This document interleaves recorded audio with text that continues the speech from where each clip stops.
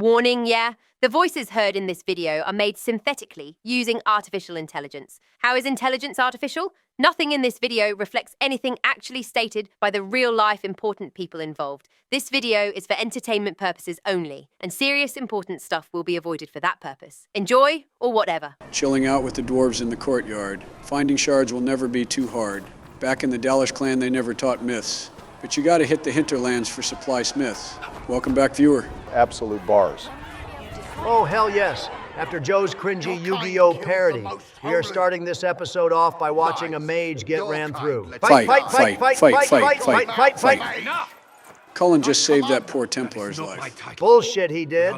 Cullen just broke Templar code. You always let a cat fight between the robes, and Templars play out. Everyone knows that. I am glad Cullen is as done with this bullshit as I, and everyone else, as we need to focus our fire on the Darkspawn mage and the demons, not on which faction of oppressed religious people have it worse. The argument will never truly end until all the robes die, but we simply won't talk about it as much once we recruit the Templars. Also, goddammit, who brought this triangle back to Haven? Isn't he supposed to be back with the French asking for a manager? Lyanna pointing out that the only surviving Chantry members being those that weren't important enough to be at the Conclave seems to hold true. Because you are telling me this guy has nothing better to do than travel back and forth from Orlais just to bully an elf? It's okay, I know I gave this guy an accurate timeline last episode, but I may have to redact it because there's no way he left for Orlais himself and got back so quickly. I think it's fair to say he left Haven to send word to Orlais, then came back himself just to bully the Inquisition, because again with the Chantry leadership in shambles, there's not much work for a secretary. Roderick is literally that one unemployed friend who tries to be woke but spends half his time gooning and gaming and the other time bitching at people who have actual jobs to do. Oddly specific, but that is also oddly accurate to what's going on with him. Bro needs to find a maiden or find a hobby. I hear Orzammer is looking for Nug Wranglers. Why not try there? Well, the last Chantry person in Orzammer got bullied out of there by POTUS. I doubt they would open their doors to others after that. Also, am I the only one noticing that Roderick is stuck in an endless hand animation? Like, is this guy stimming out right now, or is he just practicing his dictator animations for future speeches? I am like half sure this is a glitch. Otherwise, whoever animated this conversation must have been a Cullen stand and just stared at him the whole time. Because honestly, the way his hands are moving are distracting, and now I can't unsee it. Well, distractions aside, thankfully, this is the second to last time we have to deal with Roderick in the game. Even if Cullen won't throw him out, it's not like he does anything else. After this, I assume he just loiters outside of Haven with a sign saying, "Fuck elves," and "Fuck the Inquisition," or something like that to rustle our giblets. A thought just occurs, though. How is this guy such a big deal, or thinks so highly of himself to order the hands of the divine when he's literally a guy in a matriarchal religion? Like I said, he is basically the secretary of the divine, which means he writes letters and makes appointments with important people, even if he himself isn't important. It also means he knows all of the important Chantry members left alive that can be a problem for us.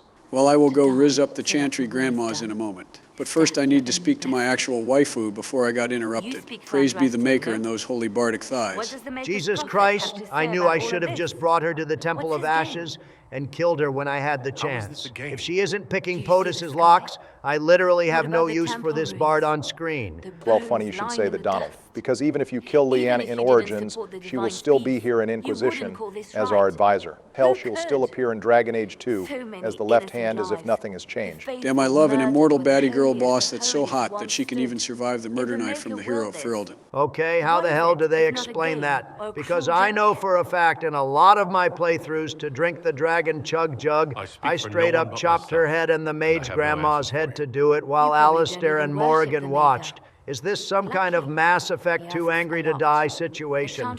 Well, a lot of squad mates have survived death before, like Oberyn. An Awakening will show up to join the Wardens, even if you killed him in Origins. But unlike that situation where Oberyn just kind of shrugged off death as a bad hangover, Liliana will straight up admit here that she was dead and she saw nothing. But after death, she somehow awoke on the temple floor. This is all we hear about from Liliana after this, besides her animosity towards the hero of Ferelden. But if we killed her in Origins, we do get a unique ending in Trespasser, basically implying that Liliana was likely possessed by the Guardian of the Ashes in order to carry out the job Liliana had left in this world, then disappears likely to return to the Ashes that always disappear now before the Conclave. So like, was the Guardian still Liliana just with a spirit in her like wind, or was it a physical spirit pretending to be Liliana? Likely the second one, but we will never fully know. It's supposed to be a mystery left unanswered. But ultimately, it was just a reason to get Liliana as a squad mate in this game, regardless of player choice. Truly a loss for gamers everywhere that our choices don't even goddamn matter. Anyways, why the hell is Liliana so beat up over the Divine dying? Is she sad she won't have her job or health care anymore?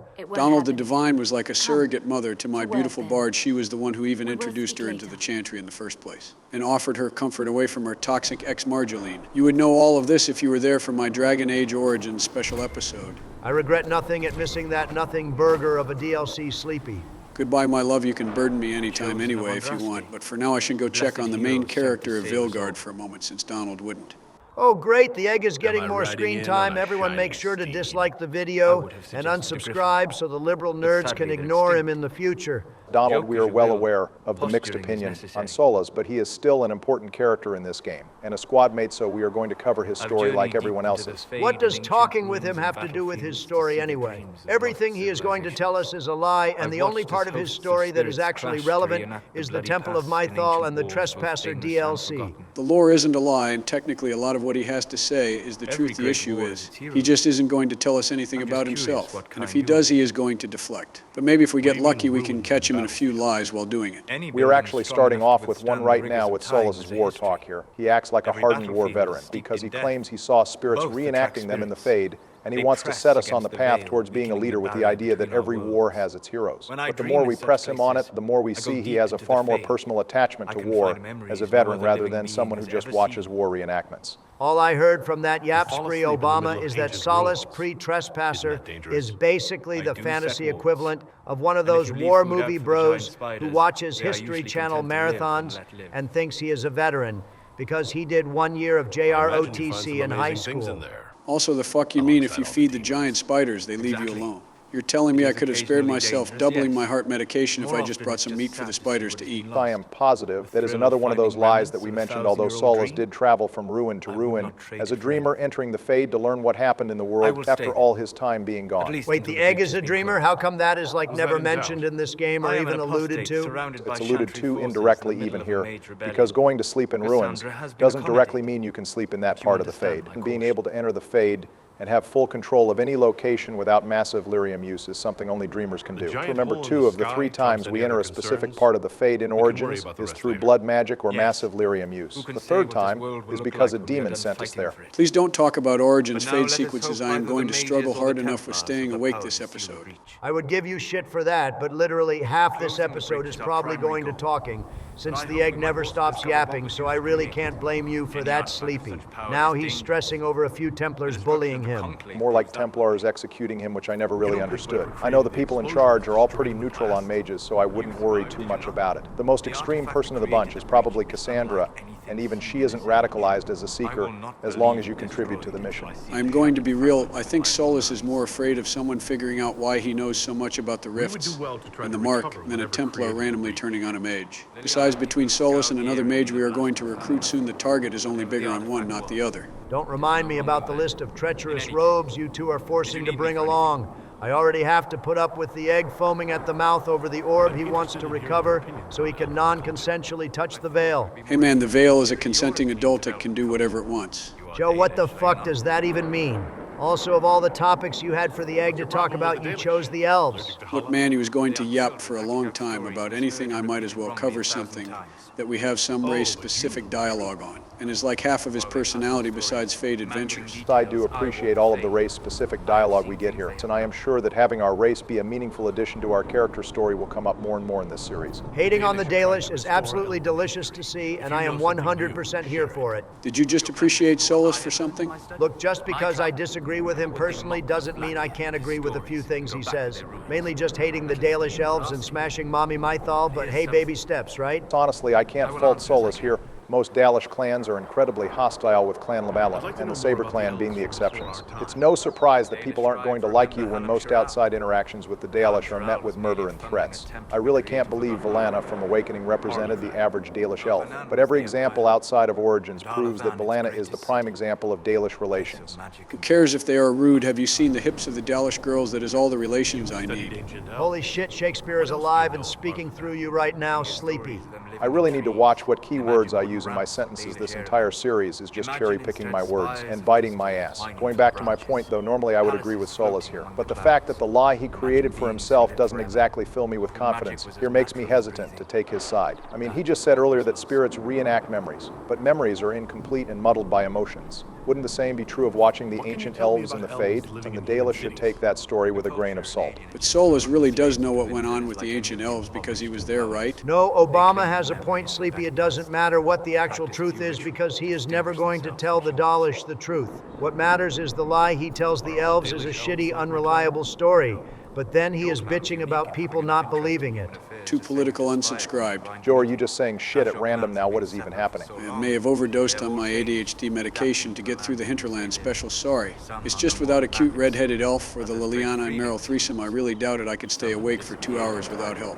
Ladies and gentlemen, your 46th President of the United States. Yes, Donald, I am. And I am so glad you admitted that again, but we already covered in episode 9 of Dragon Age 2 who beat you in 2020. Oh, right. I almost forgot you made me do that. Thanks for reminding me. Just need to make a little note here. Donald, did you just write in a diary? Why do you keep a little black book in your briefcase?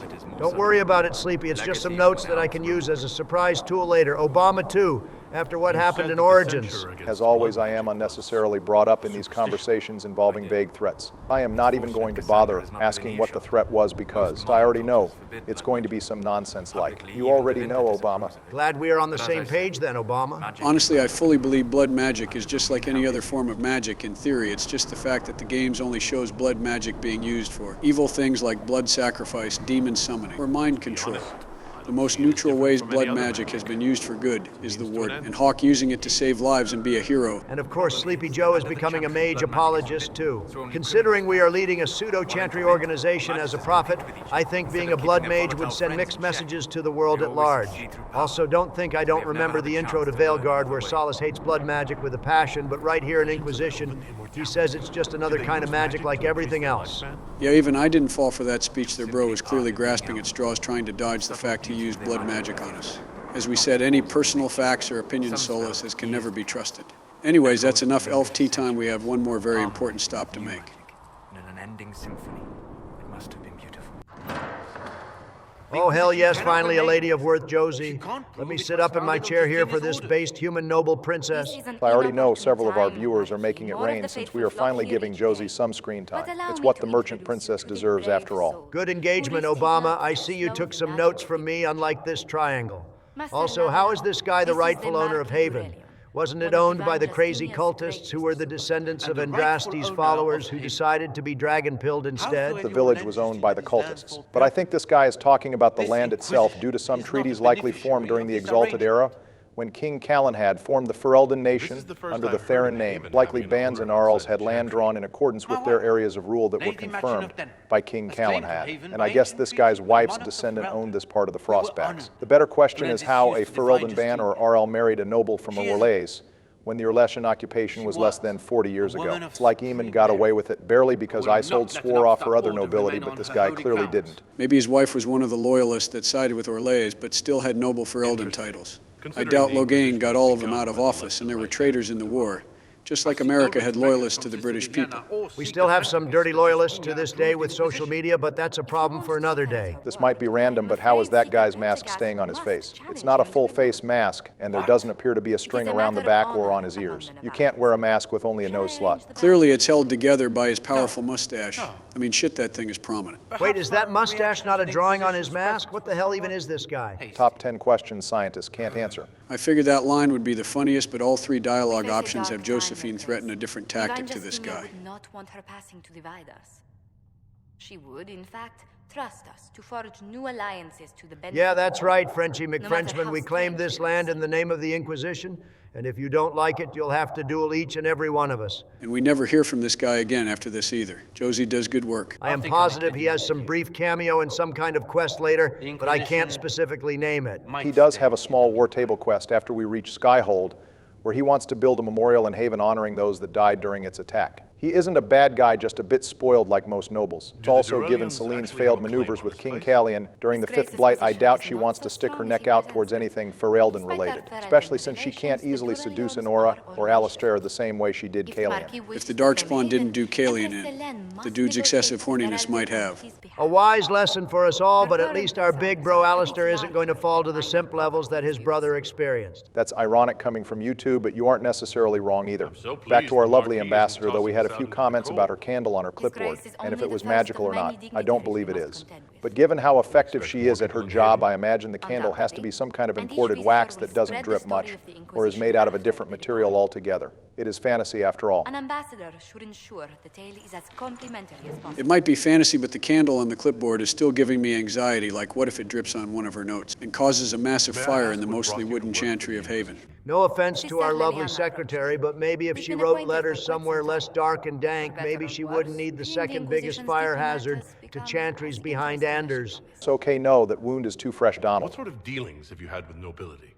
For some years, I was Also, Josephine is being a bit too modest about her qualifications in diplomacy. Not only has she been the head of her family for about 7 years now, but she was also trained as a bard at one point, which is how she knows Lyanna, and was trusted by her to be the Inquisition's diplomat, an advisor alongside her, even if they do butt heads over how to handle situations ethically.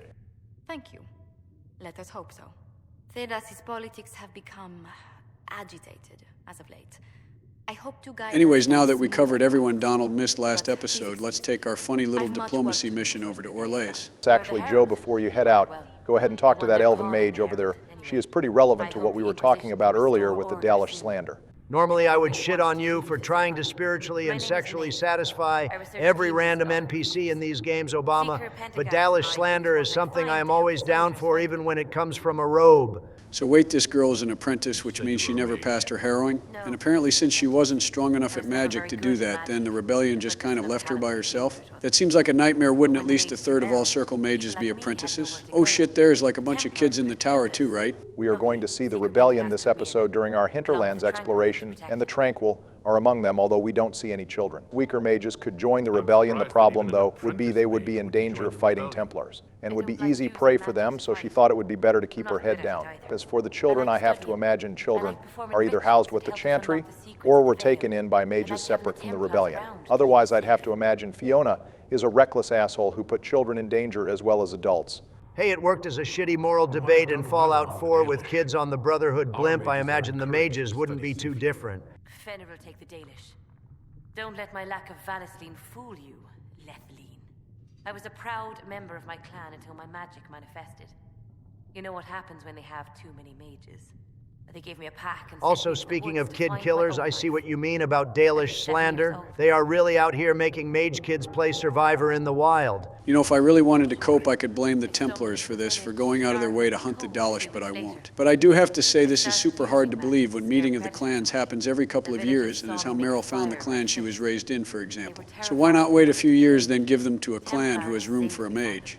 I hate to quote the egg, but he does say some of the clans are wild and isolated, which might mean her clan was one of those and needs to be put down if they are doing this shit. You know, I would say that's a very renegade, but ultimately morally good thing you're suggesting, Donald. But I know you are just suggesting that, because you really want to destroy a third Dalish clan in our series. No comment. Well, I guess screw that one Dalish clan specifically for making the elves look bad, and making the Templars look better. Since we covered her trauma, let's go back to her special interest, the Tranquil. Say what you will about Dragon Age 2, but they covered the mistreatings and struggle behind the Tranquil better than any other Dragon Age game, or the books have ever done by actively showing Tranquil as threats from the Templars. They are important threats, so the Tranquil really aren't too different from an atypical person on a bunch of ADHD medication, honestly. Yet when I want to give the mages sun tattoos, suddenly I am the bad guy. You are in fact the bad guy in that situation, but now that we talked to arguably the most interesting non-inner circle member in Haven, let's finally tackle our first objective.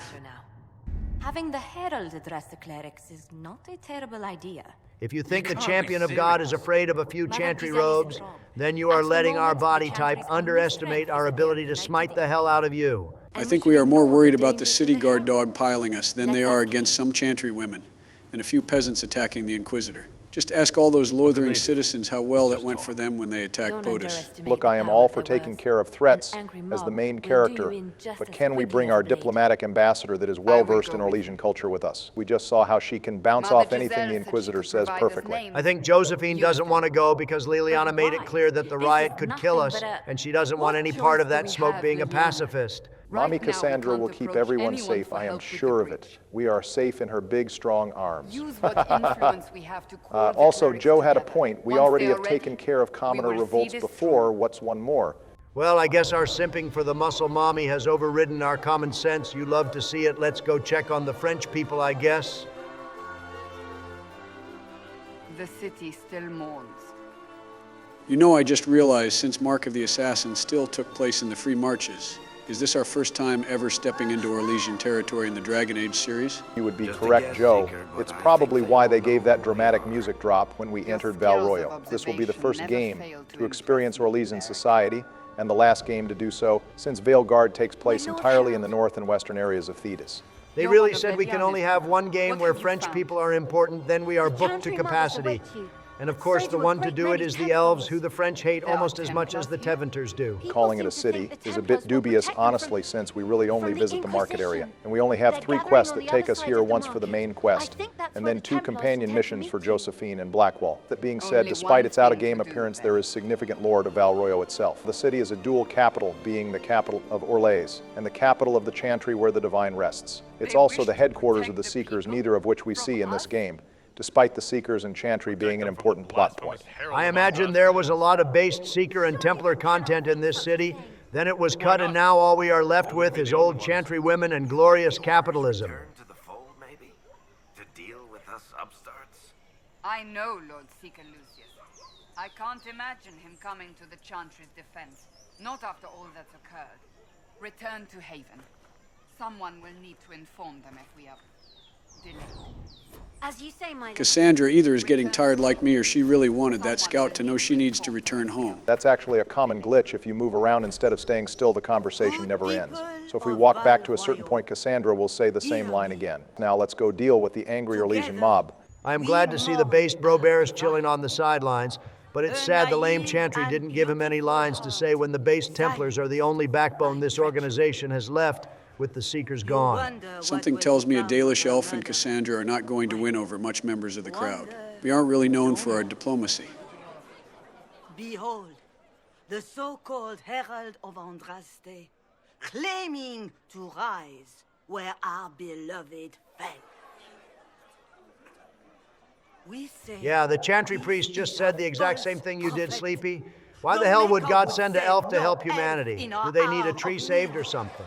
It's not like Andraste had a whole member of her inner circle that was an elf and worked to free the elves, but sending an elf to help save the world would be too crazy. To be fair, the Canticles of Shartan, which give the more elven testaments of Andraste's journey, and Shartan's own contribution, but it was removed from the chant by Divine Renata, the first after the exalted March of the Dales, and is now considered heretical. Divine Justinia did add them to her own chant of light, and Liliana, if made divine, reinstates them as theological doctrine. But that doesn't mean the stigma isn't there. Just because the Chantry is on the right side with hating mages doesn't mean they aren't a bunch of jackasses. Oh wait, hold up, stop the presses based Templars incoming. Damn. She just got blasted with a cutscene punch that calls it on the Chantry priest. Go ahead and prepare the funeral pyres. Oh, what's this, another self-righteous Templar solving his problems by going 1950s husband on them and smiting them? How original. You're just jealous because you don't have enough renegade points to handle hecklers the way they deserve. I know this guy might not be all there, but I like the way he thinks. If I was an NPC in the crowd, I would totally pack up and follow him right now. Sadly, the waifus are in the Inquisition, as the Templars here are a bit too much of a sausage fest for my liking. Bro only likes Templars when Meredith or another muscle mommy is in charge. I just love diversity, especially women in men's fields. That's why my middle name is Equality Trump. You're beginning to sound like me now, Donald. Although I seriously doubt you want more women in the Templar Order for moral reasons, albeit you do have a point. I have no clue why they left out so many women Templars. But maybe that's just because they didn't expect too many players to side with the Templar Order in the first place, given the player data from Dragon Age 2. There is a female Templar named Belinda that we can play in the Inquisition multiplayer, however, and a soldier that is a part of the Inquisition camp. Maybe none of the women trust Lucius himself, bro, is kind of sketchy looking. Bro is balding, full of himself, and is mean to women. This dude isn't even fully human, and I could easily swap him out for Donald. I have a healthy, positive image. I am not bald, and I happen to love women like a lot, especially goth women. Also, who the fuck are you calling a puppet? I am in charge here and the leader of several base Templars already. If anyone is pulling the strings and shoving fists up asses, it's me. Heavy pause. All right, good point, Donald. I am going to use that. Wait, what the hell, Joe? Why would you use that? What? I meant I was going to use the fact Cullen is on our side to our advantage, Barry. Why, what did you think I was talking about? Oh, nothing, don't worry about it. Well, I would say you have a point about me showing them less than nothing, but truthfully, we only got 2 words in edgewise this whole rally. All of Varric's experienced gaslighting Templars and mages, and he couldn't even chime in here once to back us up or get the crowd on our side. I am positive Varric will never be as invested in the Inquisition as he was with Hawk's crew. He is just here because it's the right thing to do. Also looks like the Templars are leaving, so we should all go find a new army to side with, might I suggest, the based and powerful mage organization. The Templars are ready, willing, and based like Barris. We just have to depose the one stubborn asshole leading them.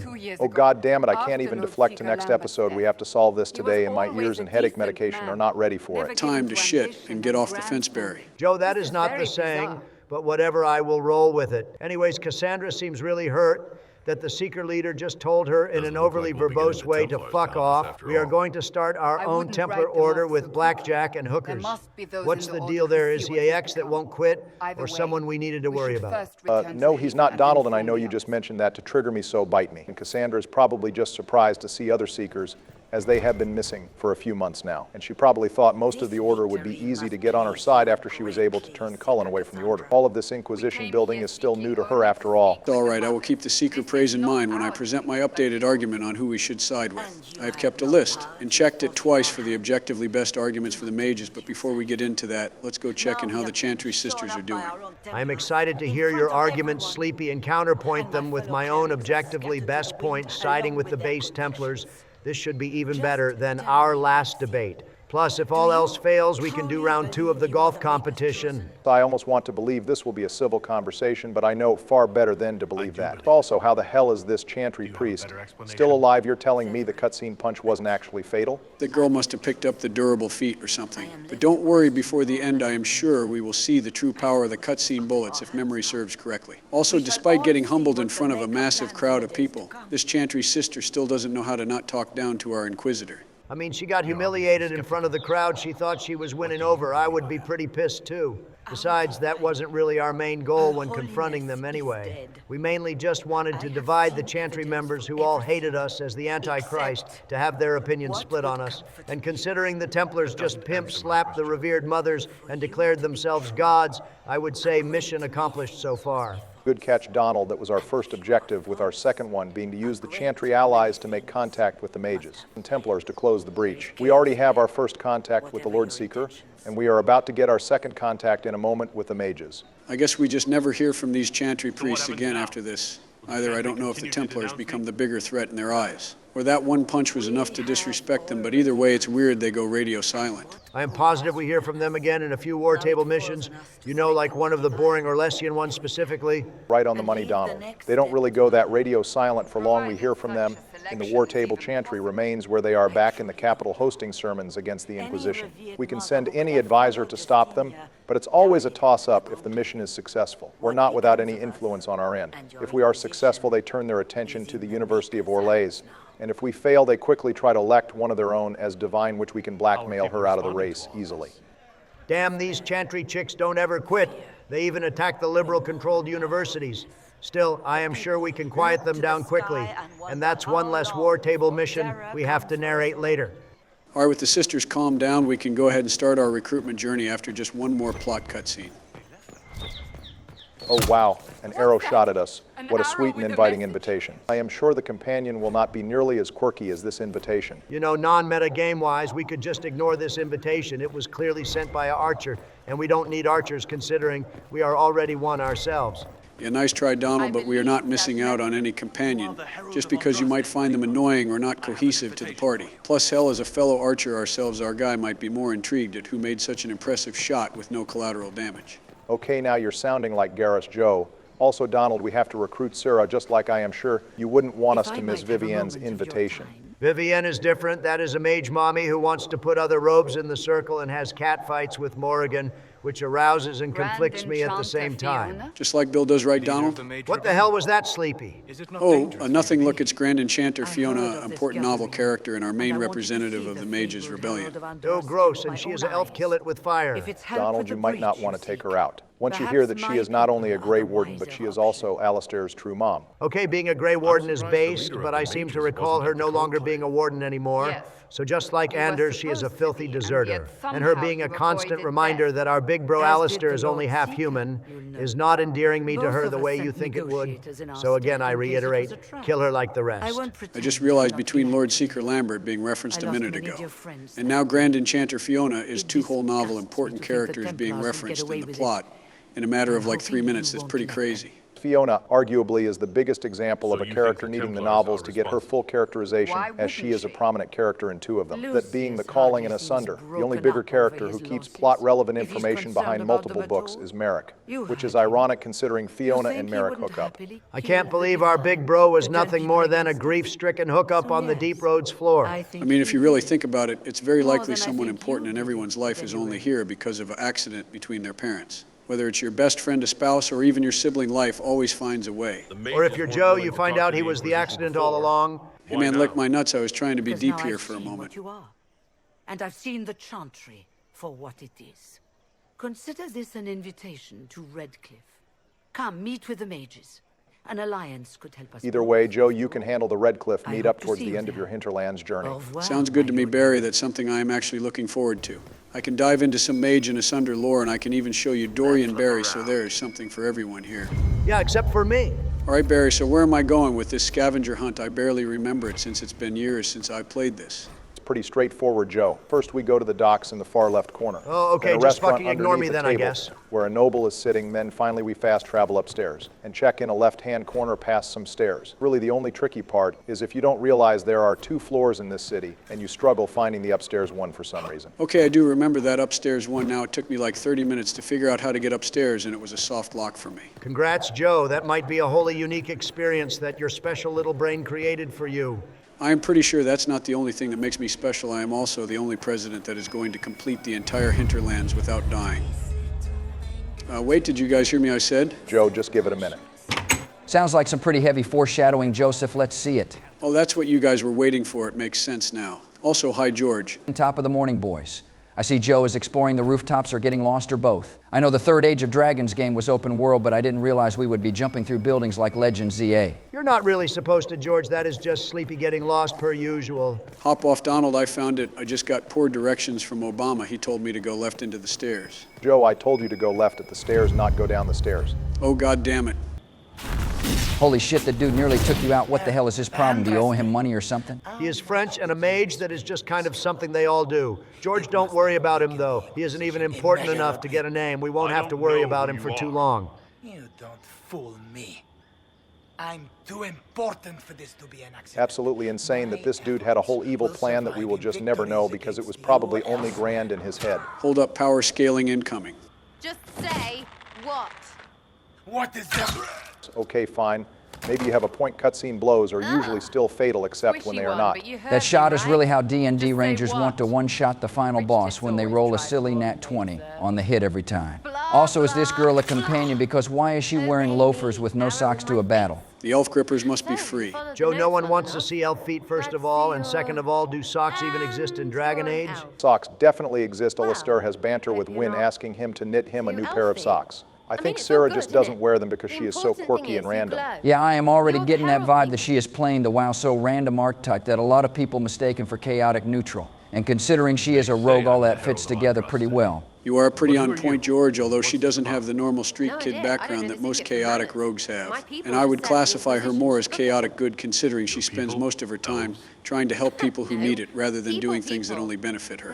Bro, this is legit. The third person to humble us simply for being Dalish in this episode alone. I might hate that we are playing a tree climber, but this Dalish slander is so good I could die. If she wasn't British and annoying as hell, I might actually enjoy having Sarah around. I would think you would have a bit more appreciation for Sarah Donald. She doesn't like mages, or the Dalish very much, and she was raised as a human noble in Ferelden, but became a self-starter instead. You're missing the human part of human noble Obama. Dwarves might get a pass, but elven nobility can suck my Trump Tower. Something tells me you just hate Sarah because she specifically targets rich people, especially rich people that oppress poor people. No comment.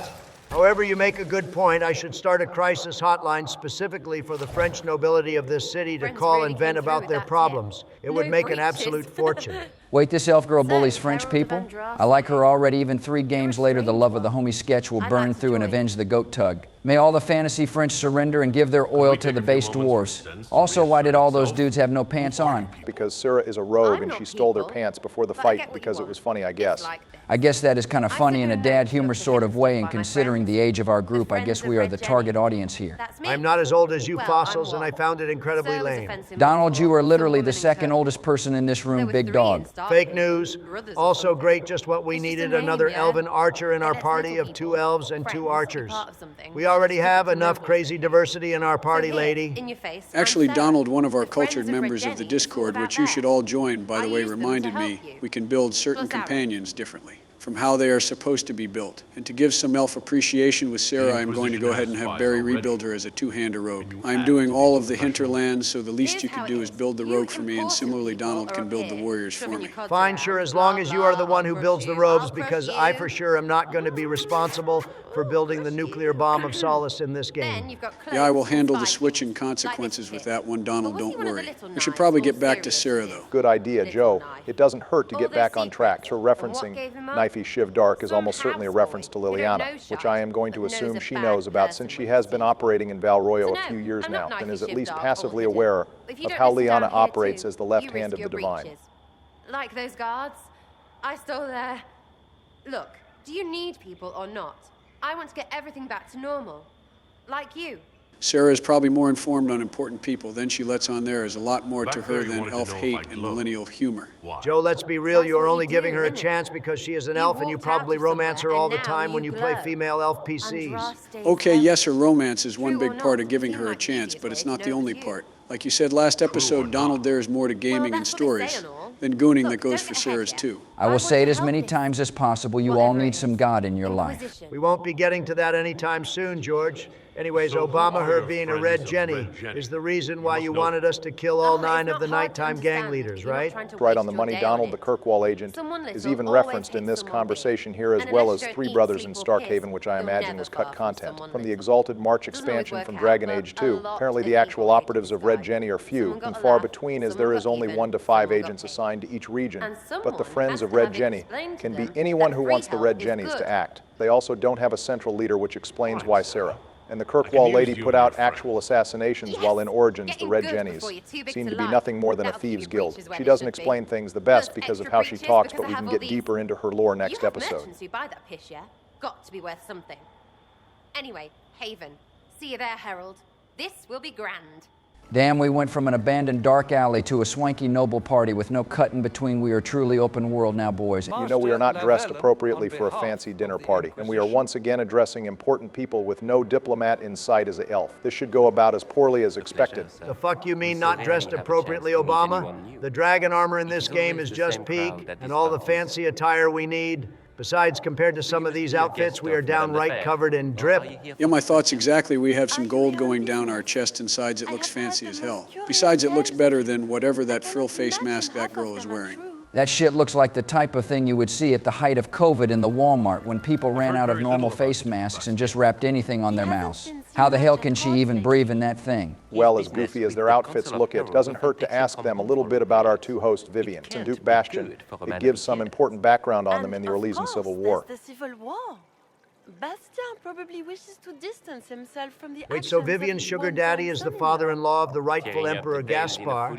How the hell does that family tree work? All right, this is going to be complicated but kind of important, so strap in. Bastion's daughter, Kayleen, married Gaspard, and before Celine was officially in power, Bastion naturally supported Gaspard as emperor. During the time before an emperor was named, Kayleen, in an effort to support her husband, ordered a hit out on Celine's mother to weaken her position. And she ended up killed in a hunting accident, but that accident was murder. In response, Celine sent Duke Prosper, the main villain of Mark of the Assassin, to kill Gaspard's wife. And Bastion's daughter, which he did successfully, and why he was so positive that Celine would burn Kirkwall in revenge for his own death. Gaspard and Bastion hated her death, but because this was all fair play, Under the game, neither of them did anything for revenge. Bastian, I guess, stopped caring about who ruled after his daughter's death, and now doesn't support either Gaspard or Celine. With no children left, Bastian took comfort in the arms of Vivienne, who apparently both loved each other, despite the open affair that benefited both sides. I guess they both owe Jobadon Hawk a fruit basket at least. This asshole here won't be getting any fruit basket, though, as he dares question our authority. Dan, you guys are playing this elf here like a paladin. I see maybe you all did find God after all.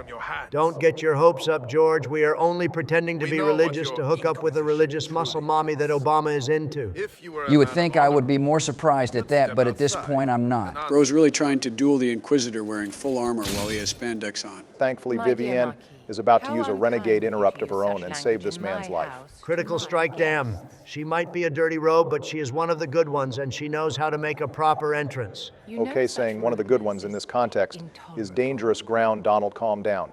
Damn, instead of talking all that shit, bro should have used his manners and said ice to meet you. Or offer us a drink on ice. Jesus Christ, you two. If I had a nickel for every time I died from ice puns in these videos, I would have 2 nickels. So one of you needs to pay up. I feel like this is obvious, but her hat is giving major Disney villain Maleficent vibes, in addition to just freezing a dude and pondering killing him. Which I am not going to do, by the way, since he isn't worth it. It should be obvious, but Vivienne is very Disney-coded, specifically Snow White. The starting mask has the Maleficent horns. She starts off with a few points in ice magic, and her companion quest title is Bring Me the Heart of Snow White. Oh God, so BioWare was really trying to cash in on Disney adults in addition to Skyrim fans? No wonder this game sold so damn well. I think we should be less concerned about the Disney pandering and slightly more concerned over the fact this girl is modeled after a Disney villain of all things. Is that not a massive red flag from someone who is supposed to be our ally? George here knows ball. It's not really considering a lot of BioWare squad mates are massive red flags on the surface, but end up being some of the most memorable characters. Take Liliana, Thane, Samara, and Legion, for starters. However, unlike the examples I gave, a lot of Vivienne's red flags turn out to be true. Bro, how is Liana a red flag everything but her lovely hair is green? Joe, did you forget the girl literally said God told her to follow us and she had a dream that she was destined to follow you? That was just faith, not insanity, much like we are going to give Vivienne some faith in letting her join the party, despite literally so many things being off about this conversation. The biggest red flag clearly being she is a French Disney adult. I really can't think of a more intimidating combination. Honestly, even if our guard may be up, Vivienne's offer is one of the stronger ones offered. Clearly, as a noble with influence, she has strong magical power, and she offers mage support in exchange for joining. That's right, boys. Keep some respect on the royal robe's name.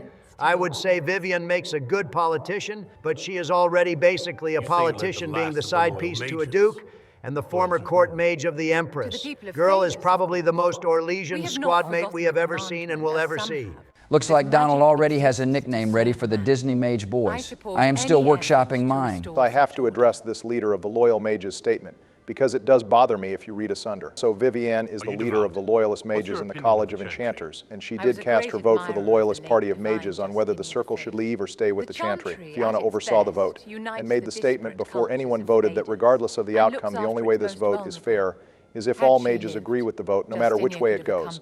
If the vote agreed to stay in the Circle, then all the Libertarians would have to go back and vice versa for the Loyalist, given the state of the conclave. In Hinterlands, it's obvious which vote won, but unlike every other fraternity, Vivienne decided that the rules don't apply to her, and kept all of the Loyalist mages in the Circle of Val Royo, not joining the rest of the mages. This is unfortunately going to be a trend of hers we will see throughout the game. Hey man, when you're wealthy and good looking, you get a different rule set to follow by. Don't hate the player. Obama hate the game. I think if the player isn't following any rules, we can hate both Donald. Hey Josie, I am glad you heard of our multiple noble encounters. You could have heard of them quicker if you had been there as our diplomat. Don't be mean or criticize our queen and diplomat Obama. Her fans are a legion and they are many. Besides, she just didn't want to get pimp slapped by one of the base Templars, a pretty valid stance. Oh, so this is Josephine that people made it rain over. Good to put a face to the name and good to see she isn't French. Our viewers picked the correct waifu from the looks of it. Glad to see you have some based opinions, George. But unfortunately, Josephine isn't our chosen waifu of this playthrough. That would be Cassandra over to our right, which is Obama's waifu of choice. Wait, so hold the presses. Donald got his goth waifu romance in Origins, then Joe got his wood elf romance in Dragon Age 2, then Obama got his waifu romance in Inquisition. That is some equilibrium if I have ever seen it. It just leaves one final question left to answer. Wait, it does? What question is that then, George? Can I get my romance choice in Veilguard if every other president got their choice? No offense, George, but why would you get to pick the romance option for Veilguard? I don't even They know are when we are powerful, playing and Veilguard that's at this them, point. but more But also, you're not desperate playing than this you game with realize. us, so why would you get voting power? Damn, Joe, you really know how to make a president feel welcomed in. Why don't we just start up round 2 of the romance competition for Inquisition? That way the people's voices can be heard one more time. No, we are not doing that again for 2 major reasons. One, we have already done that race once, and we don't want to feel like we are taking advantage of our lovely viewers. And 2, I don't even think a lot of people would care enough about the Veilguard romance to begin with. Back to you, George. Unfortunately, Joe does have a point. While we value your input in this case, the romance should be decided between the main 3, since we are actively playing. So all it takes to get a vote is to play with the squad, right? Well, okay, where do I sign up? Wait, hold up, you actually want to play a Dragon Age game? While you two were taking your sweet old time getting through the series, I have already played Veilguard 3 times, all the way through 2 times on Nightmare, in fact. I know the game just as good as Obama, probably more at this point, gentlemen. All right, George, that actually isn't too crazy of an idea. We can talk about it. Plus, now we need to call our attention back to our final companion being recruited this episode. Yes, the quote-unquote Warden Blackwall. That sounds like a base dwarf. Is it in fact a base dwarf warden like POTUS or Ogren? No, George, he is a human, but a pretty cool human, all things considered. More importantly, this conversation reveals that all of the wardens in Ferelden have disappeared shortly before the Conclave, which I assume means vigils. Keep is abandoned currently, as that would be the first place people look. So at the very least, Nathaniel, Ogren, Sigrun, and Valana all left their post. I do not claim that energy. They are all helping POTUS in the deep roads right now, with Ogren and Nathaniel bringing Carver along for the ride. It's okay, well, Joe, let's enter the Hinterlands, starting off with recruiting Blackwall, since we still have one companion left to recruit. Oh, but first Joe had to upload the Golden Nug while me and him built up armor for the squad. Part of the job, Donald, I think we all cooked with our combined crafting grind. Since there is a shard finder on the way to him, though, I might as well do that first. Let's see here. Yes, wait, hang on. I got this. I know it's around here somewhere. Joe, you literally passed right behind the flicker earlier, but you still missed it. How does that even work? So like the mini game here is just find all 4 of the glowy things on the skull. What happens when we get all 4 of them? Do we get like an item or something? No, George, nothing like that. The shards are keys, and if we collect enough of them, we get high-level crafting ingredients, accessories, and permanent elemental resistance buffs. Yeah, but all in a different map entirely, which is going to be someone else's job to tackle, not mine. Now let's go grab Blackwall. Looks like he is helping some random dudes by the lake. I guess Bro is already doing the classic Grey Warden action of recruiting anyone desperate enough to hold a sword. Anyone find it not too reassuring that his first question when he met us was who sent you? Usually the only people who ask that are people running from the law or people who owe someone else money, or if you're feeling spicy, both. George, I don't know if I should spoil anything for you, but how did you hit the nail on the head that specifically? It's the curse of writing too many fantasy characters with tragic backstories, Obama. Hold up, Blackwall had a sword and a shield at the start of the fight, but then after the fight he is wielding a long sword with 2 hands and no shield. Clearly he wanted to use the sword with 2 hands for the extra D8 damage roll. This game still goes off Dungeons & Dragons logic, right? Damn, I actually forgot that Dragon Age Origins used to use Dungeons & Dragons logic with the gameplay concerning hit chance, armor, and stat rolls. Good work, conscripts. Even if this shouldn't have happened, they could have... Well, thieves are made, not born. Take back what they stole. Go back to your families. If Bro was supposed to be recruiting people for the Wardens, he is doing a piss-poor job of it. He gave them hard-looted Warden equipment and then just sent them on his way. And if he is trying to represent the based hero POTUS, he is also doing a piss-poor job because instead of just helping Redcliffe farmers, he should have done that while killing hundreds of zombies and unlocking at least 3 hidden sex scenes like I did in Redcliffe. So I am almost positive Blackwall heard all the hero ship POTUS pulled in Ferelden and tried to replicate it minus the Dalish elf slaughter that is. So I mean, when such a massive, heroic force comes along, it's hard not to replicate it. So considering Inquisition may have been a lot of players' first Dragon Age game, they are just as likely to believe what Blackwall is telling us, same as the Inquisitor is. That's a good point. Even if Obama here is a living and breathing codex, that doesn't mean our Inquisitor is.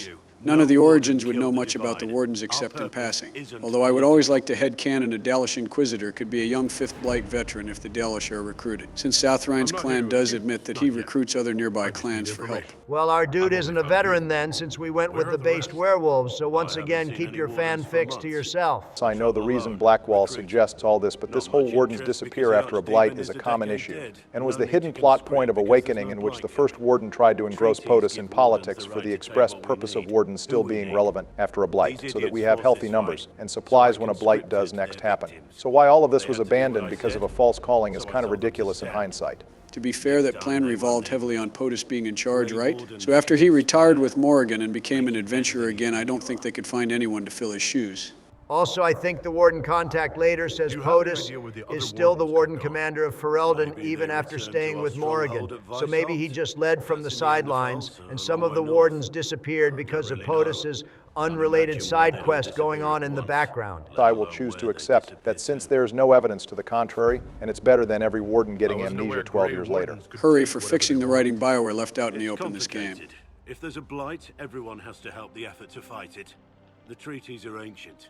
Outside of blights, it's as binding as a clever tongue can make it. This dude has a lot of nothing burger answers to questions, and he doesn't really seem to know what his own organization does. But damn if he doesn't seem like the classic hero soldier type and has a great speaking voice to boot. You basically perfectly dissected his character George right down to the minor details. Blackwall is fun to analyze as a veteran of Dragon Age or just a veteran of dark fantasy writing, since we can see the cracks, but our player character can't.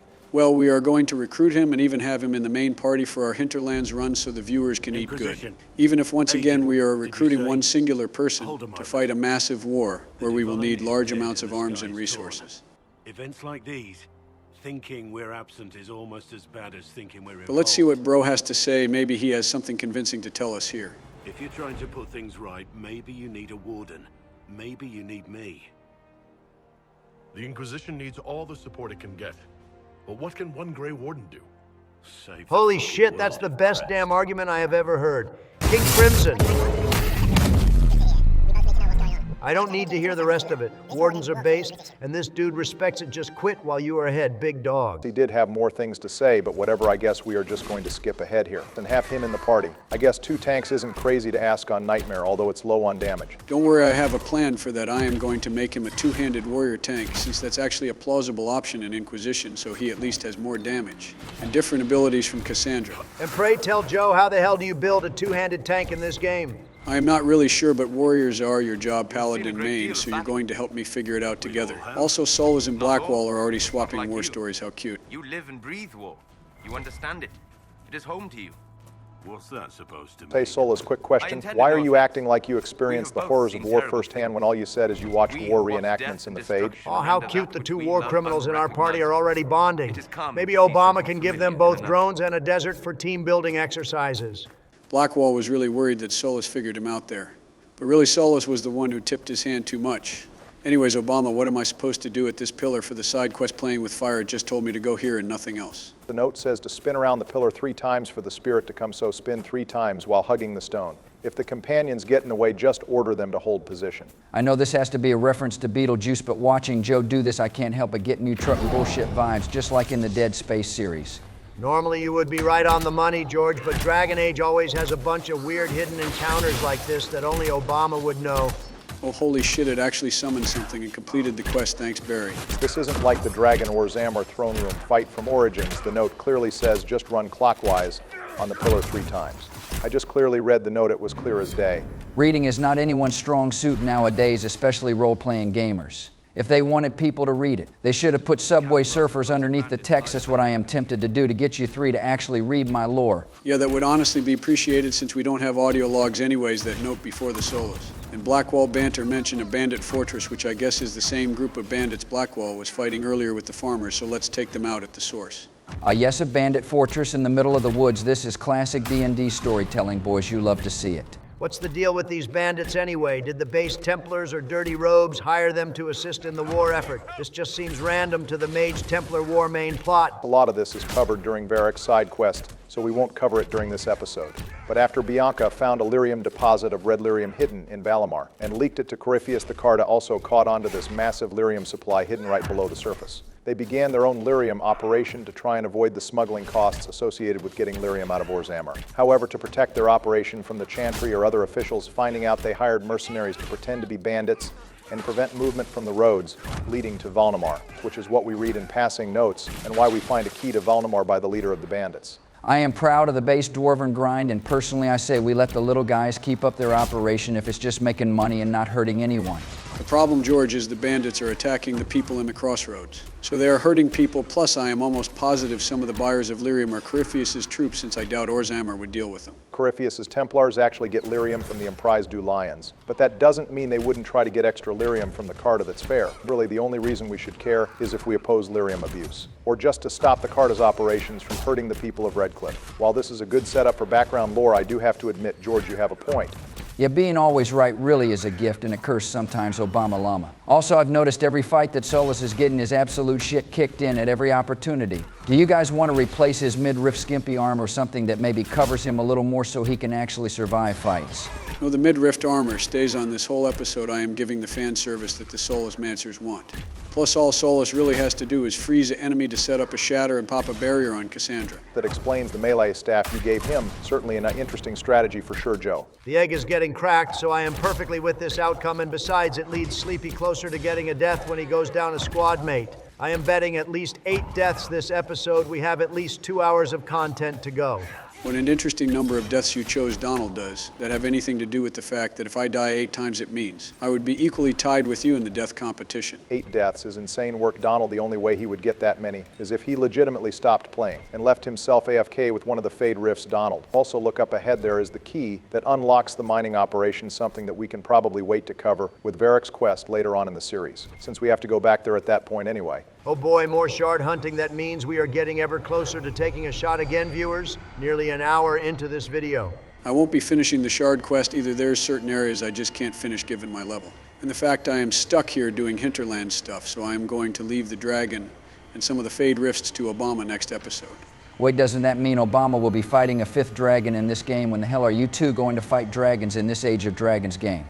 Wait, hold up. George has a point. The last big dragon I fought was the Queen of the Black Marsh in Awakening, and Sleepy's last big dragon fight was also Awakening. You guys fought plenty of normal dragons in Origins, and 2, I don't know what you're on about. Those weren't high dragons, though. Donald has a point, Barry. You have been dragon cock-blocking us for far too long in this series, so don't even think about fighting the Hinterlands high dragon. There is literally a dragon in almost every major map. Besides the Oasis and Fallow-Mire, I am sure you two will get plenty of dragon fights. Not good enough, Obama. Just leave the Hinterlands dragon fight to us, or we are going to vote you out of the series and replace you with Bill. You know you keep threatening to do that. For one, does Bill even want to be a major player in these games? After Origins, he has largely lost interest. And B, without my lord drops, these videos would be like 20 minutes long at max. Most of that would be you two butting heads over the mage and Templar debate. Oh shit, he is right, Donald. Glad to see you guys see some reason. Yeah, I almost forgot I need to beat your ass into submission, so you understand that the Templar main quest is the only rational choice to go with in this game.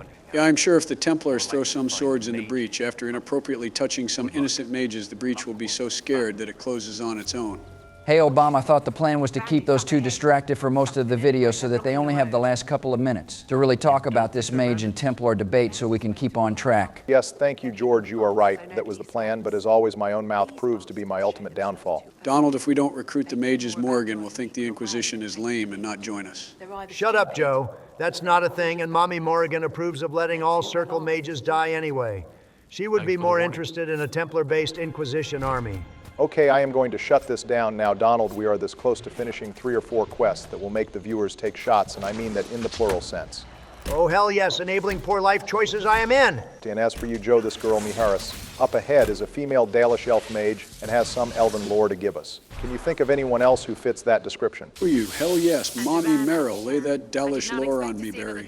Heavy pause. It's all right, well, Miharis here plays a minor role in the Masked Empire novel, which covers the build-up of the Orlesian Civil War, between Celine and Gaspard that we see ongoing in Inquisition. Celine, Sir Michel follows him in Brialla. While escaping, Gaspard's army ended up running into Miharis' clan and were detained by them. The clan also happened to summon and bind Imshael, which astute viewers will recognize as one of the forbidden demons who brought blood magic into the world. Ah yes, the Blood Mage CEOs. Celine, in an attempt to leave the Dalish camp and escape Gaspard, made a deal with Imshael to get access to the Alluvians. And while Sir Michel tried to go back on Imshael's deal and betray him, he accidentally freed him anyway But Imshael was more pissed at the Dalish than Michelle, and let them go with the keystone to the Alluvians. What happened to the Dalish clan after that? Exactly what Mara says. Imshael killed every single Dalish in the camp and let her go so he could possess a mage. In exchange, Imshal promised to give Miraz revenge on her clan for Michelle, who freed him in the first place. So wait, this chick is a demon and a blood mage CEO? No, in what is probably one of the most unusual situations in this setting, Imshal just kind of got bored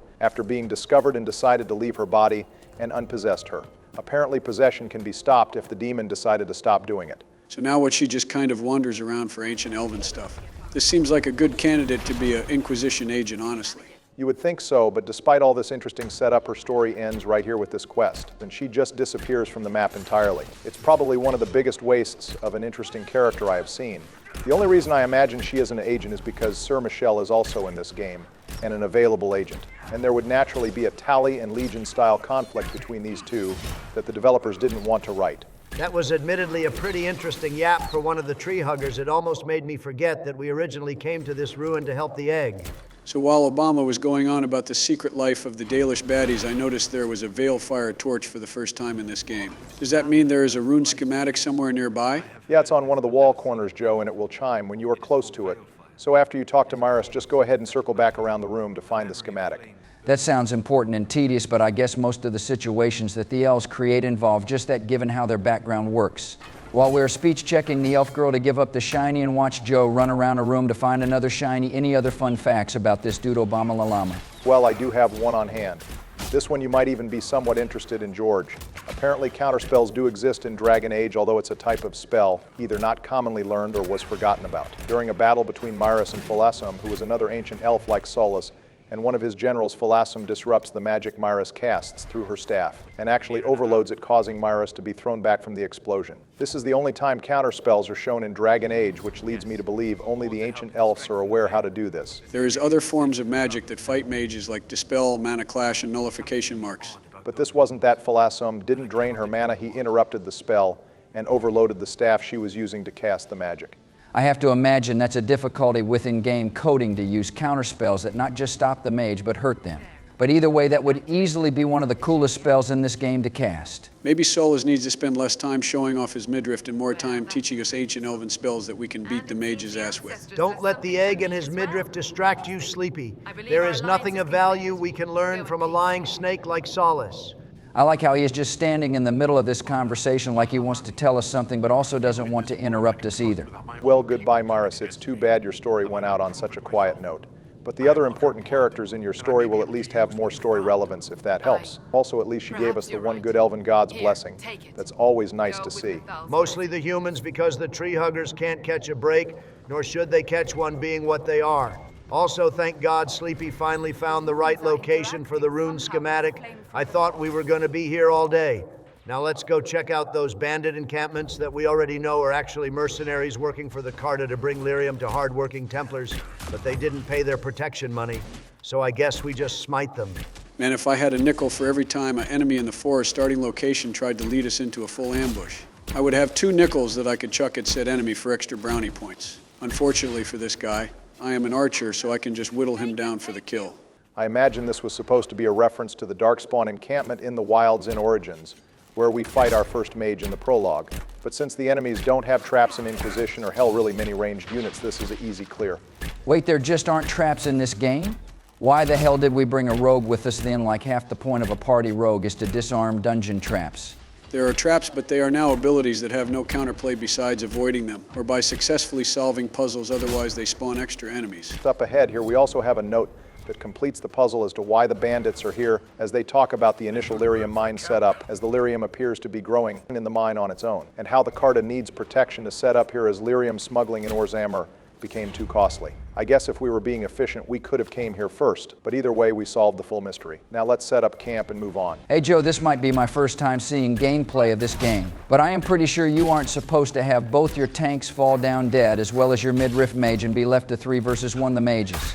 Bro, I was literally just fighting one mage. And 2 soldiers a minute ago, how did I go from that to fighting 3 whole mages that had broken unlimited barriers as an ice ultimate that was able to burst down both my tanks? Joe, you were fighting 1 mage, and he kept teleporting around the map every time your 3 melee units got close to him, as well as dropping ice bombs. He was able to teleport so much that he brought in backup in the form of another promoted mage with the same abilities. And because he is promoted, his barrier is doubled in strength. Your options at this point are to run which might not be possible, or revive Solus, and get him to dispel both barriers and hope for the best.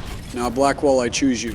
The mage hive mind finally caught up with Sleepy Joe, and once again, just like in Dragon Age, 2 Joe's beloved mages are going to be bringing him his first death, as well as the first death in the new playthrough. Holy shit, fuck these rebel mages. Fuck Anders for making a piss bomb and starting this bullshit. And fuck the overpowered barrier ability. Mages were better off when they could arcane warrior potion spam instead of spamming one singular ability to make them immortal. At least arcane warriors required sacrifices and high mana to pull off barriers just to free immortality and middle finger every time it's used. Damn, and of course in the rematch the mage wasn't promoted at all and went down in like 2 hits because this time one of the random soldiers was promoted, which means the dude who can stab 1 person is super powerful, and not the literal god of ice magic who can nuke the field. Also, I just realized your Solus build with a melee staff does make him an arcane warrior minus the heavy armor, because Solus is an ancient elf. So wait a minute, Sleepy. Now that the mage made you his bitch, does that mean you are finally done helping the robes, and we can agree on curb stomping the entire Imperium with the base Templars? No, because as much as I hate the mage enemies in this game, it's not the Innocent Circle mage's fault for that. Besides, Fiona and her crew did not make the rebel mages here do this. They are clearly separate entities, and we need to help them before more mages pull this bullshit. All right, so once again, we are at an impasse. And I think I have found a compromise that all of us can agree to in the form of viewer input. So Joe, while you take out the 2 mages who nearly killed you last time because the aggro range was in your favor, I have a comment question prepped for all the viewers. Also, don't forget to loot the bodies on one of them is a smuggler's note that we can confront in Redcliffe. Yeah, don't worry about it, Barry. I am 1 step ahead of you. Just lay out the comment question. All right, so viewers, if you haven't figured out the context yet, who do you tend to side with in the Mage-Templar War in Inquisition, and why? And to go a step further, do you have them join as willing allies or conscripts into the Inquisition? As for me, I am partial to the mages. They seem like the stronger army, and the most likely to close the breach. However, I tend to conscript them rather than let them be free, and unchained allies. Mages left with no supervision while the Veil and Fade is loose just seems a bit irresponsible. And considering everything that happened in Redcliffe, rewarding them doesn't exactly seem like justice. Besides, they can still get a good ending depending on who is divine as long as they are allies. And they are far more satisfying of a payoff from Dragon Age 2's story than siding with the Templars. Oh, here we go with the mage glaze. Viewers, you know I am not a part of the woke mage agenda, and you already know I am going to side with the Templars every time. Unlike the mages who willingly sided with Tevinter, the Templars are actual victims who were tricked by their leader into doing evil things and losing their minds in the process. The Templar storyline has better gameplay to it as well, sporting a whole defense mechanic, and while I hate to say it, it has a fade sequence which is actually kind of peak unlike the snooze fests of the previous games. Also, you said it yourself, Obama, most people side with the mages and therefore have no knowledge of the other outcomes if they side with the Templars, so we should give the viewers some hidden content. We have been far too Templar-sided. We might as well break down some red lyrium and huff it right here on camera. The mages only revolted because when they tried to make a peaceful vote on ending tranquility, freeing themselves from the circle, the Templars stormed the council room and tried to kill every single one of them. We are only here because Meredith went insane and tried to kill every single mage in Kirkwall, regardless of who surrendered and who didn't. This argument resulted in the President's killing our first companion in the series. And despite him going kind of nuts, all he wanted was the mages to not have to live in fear. That's what we should be working for as the Inquisition. A place where no one has to be afraid whether you were born with magic or not. That's why I vote we side with the mages as free allies and works towards mage freedom, where they are given a chance to prove they aren't the threat everyone thinks they are. All right, calm down, Cornball. We are only here because of terrorism, not some kind of higher calling. All right, well, viewers, let us know your... Hey, wait, hold on. I am here too, Obama Llama. Don't I get my opinion heard? So, sure, George, that's my bad. What's your take? All right, well, dwarves can't use magic because of their association with lyrium and the Titan mythology, which means the mages don't represent anything towards the base dwarven people. However, Templars can be dwarves in theory, just like POTUS. And the lyrium that the dwarves mine is used by the Templars, so we should side with the Templars to help the base dwarven grind gentlemen. Hell yeah, preach it, brother. All right then, thank you, George, and viewers, help us end the Mage versus Templar debate once and for all, since we are deadlocked at the moment. Let us know who you side with, and we are going to keep a track of the votes in the comments to make the final decisions. No donations or anything required. We just want to hear the people's opinions on this. And speaking of people's opinions, George, mind featuring our favorite comment from last episode? Sure thing, Obama. Our featured comment comes from Rain&One, who says they are most excited to see the boys cover Black Wall, which is a pretty based and popular choice in the comment section, as Black Wall, Vivienne, and Cassandra seem to be the top 3 picks. Apparently my guess on him being sus is pretty accurate, given the fact you mentioned he has some horrible crimes to atone for. Sounds narratively pretty satisfying. I know everyone loves a good redemption story. Thank you for your comment. I hope you can also weigh in on the Templar Mage War. We also have a few base donations from our viewers as well. Thank you for the $10 from George Gale and Gaming Mythology. We appreciate your based human appreciation as always, with your Cassandra and Josephine appreciation, and we hope you enjoy the content train coming up. Well, that calls it for the mage base. Rest in peace, my feral row brothers. Now let's move on to something more enjoyable with the Templars. The Templars are just trying to restore order, Sleepy. No one would be in danger if the unchecked robes weren't running around everywhere. Because I am an apostate. I might flee before the Inquisition throws me in chains. I take my commitment seriously, Seeker. Come what may, I shall see this through. Looks like we can't even escape the rants when it comes to the companion banter, because Solus immediately assumed Cassandra was profiling him based on his mage genes alone.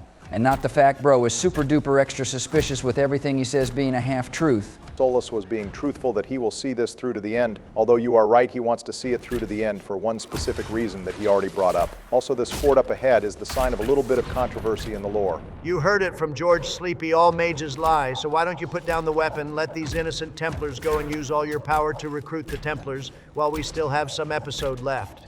Yeah, Donald, I won't be doing that. I mean, look over here. There is red lyrium all over this place. These Templars were clearly trying to use this place to get high.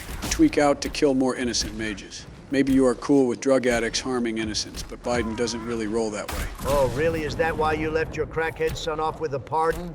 Hell, I am sure he is cutting the red lyrium in the back room for these guys.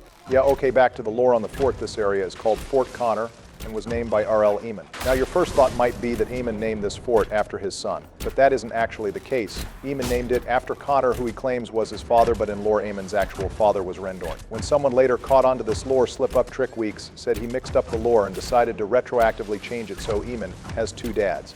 And that Connor was just as much of a father to him as his biological father, and it's why he named his son Connor, despite the fort claiming to be named after his father. Nothing like retroactively changing the lore. When you slip up, I see they love doing that. I would give them more shit for that, but in all fairness, that's like half the job of a dungeon master, honestly, so we all do that shit. See, Obama brought up an excellent point.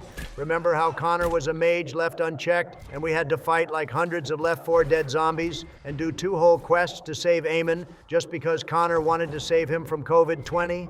Is that what you want to see with all the mages being unchecked? Donald, that's not what he said. He clearly just said that Connor is reformed now, as we are going to see in just a bit, and that he is just one sign in the massive billboard of morality that we should spare the mages. That's literally not at all what I said. I swear to God, it's like talking to a wall over here. You know what, Sleepy? I didn't even want to pull this card, but I guess desperate times call for desperate measures. Hey, mage terrorist, I am calling in another assist. Tell them how dangerous the robes are and that they need to be brought down a few pegs for their own good. Templars must have taken that fort up ahead.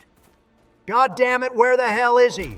Did he leave my brain or something? Can he even do that? Actually, now that you mention it, Themi has been radio silent today, too. Do you think there's some kind of correlation? I imagine they just wanted a break from this by any means necessary, kind of like I do right now.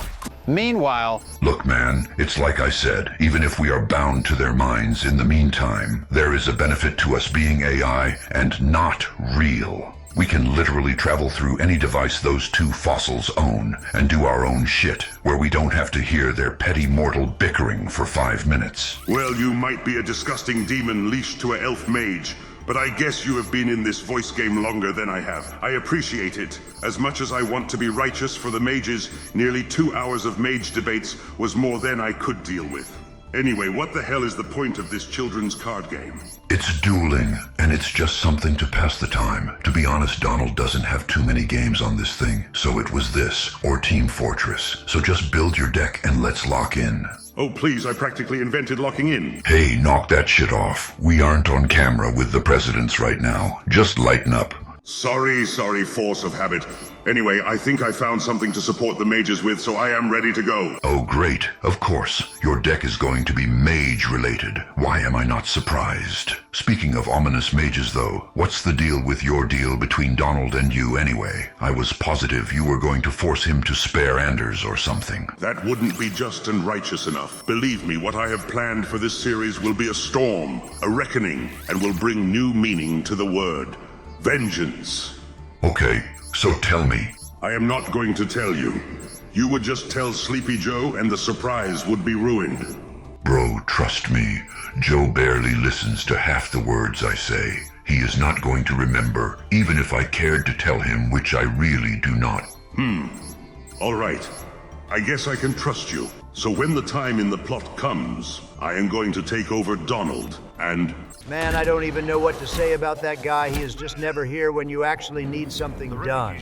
What the hell is the point? I mean, what if I needed a gameplay buff to show off?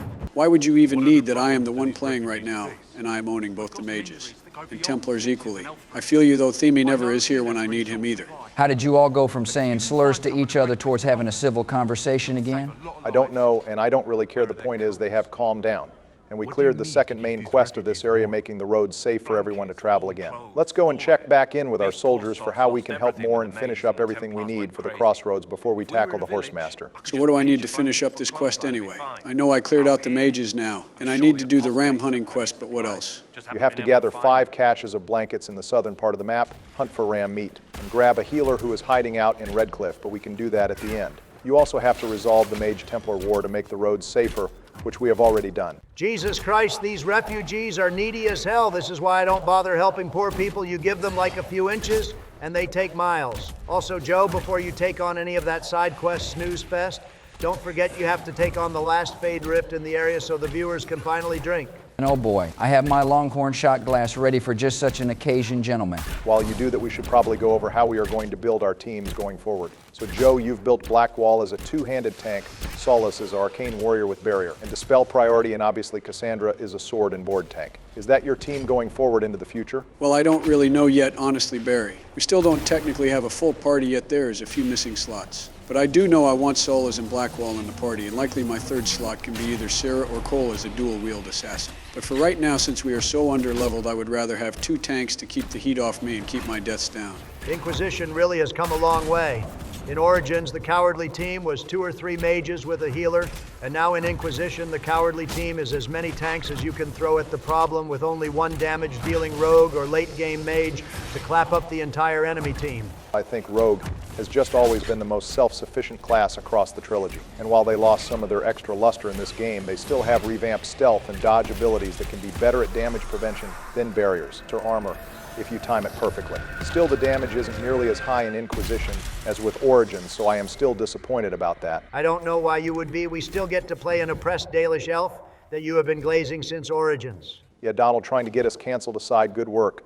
Clearing another rift, Joe. There's also another shard pedestal up ahead so we can clear out the crossroads section of content. It's not cancelable if I am just speaking the truth, Obama. Also, viewers, take another shot. That's another rift quest completed with nothing else of interest happening. I'm just going to keep this puppy filled up, I assume. Just looking at the quest log, I am going to need a few of these. George, I know you're Texan and all that, but I am pretty sure you and the viewers are about to take like 4 or 5 more shots. Yes, so what? Mama Bush didn't raise no bitch. I'm not implying that. I am just hoping you don't demonetize us in the process, because you got a bit too hot-headed with the Texas whiskey. Just focus on the shards, Sleepy, and let everyone else worry about handing George his keys when he drives back home.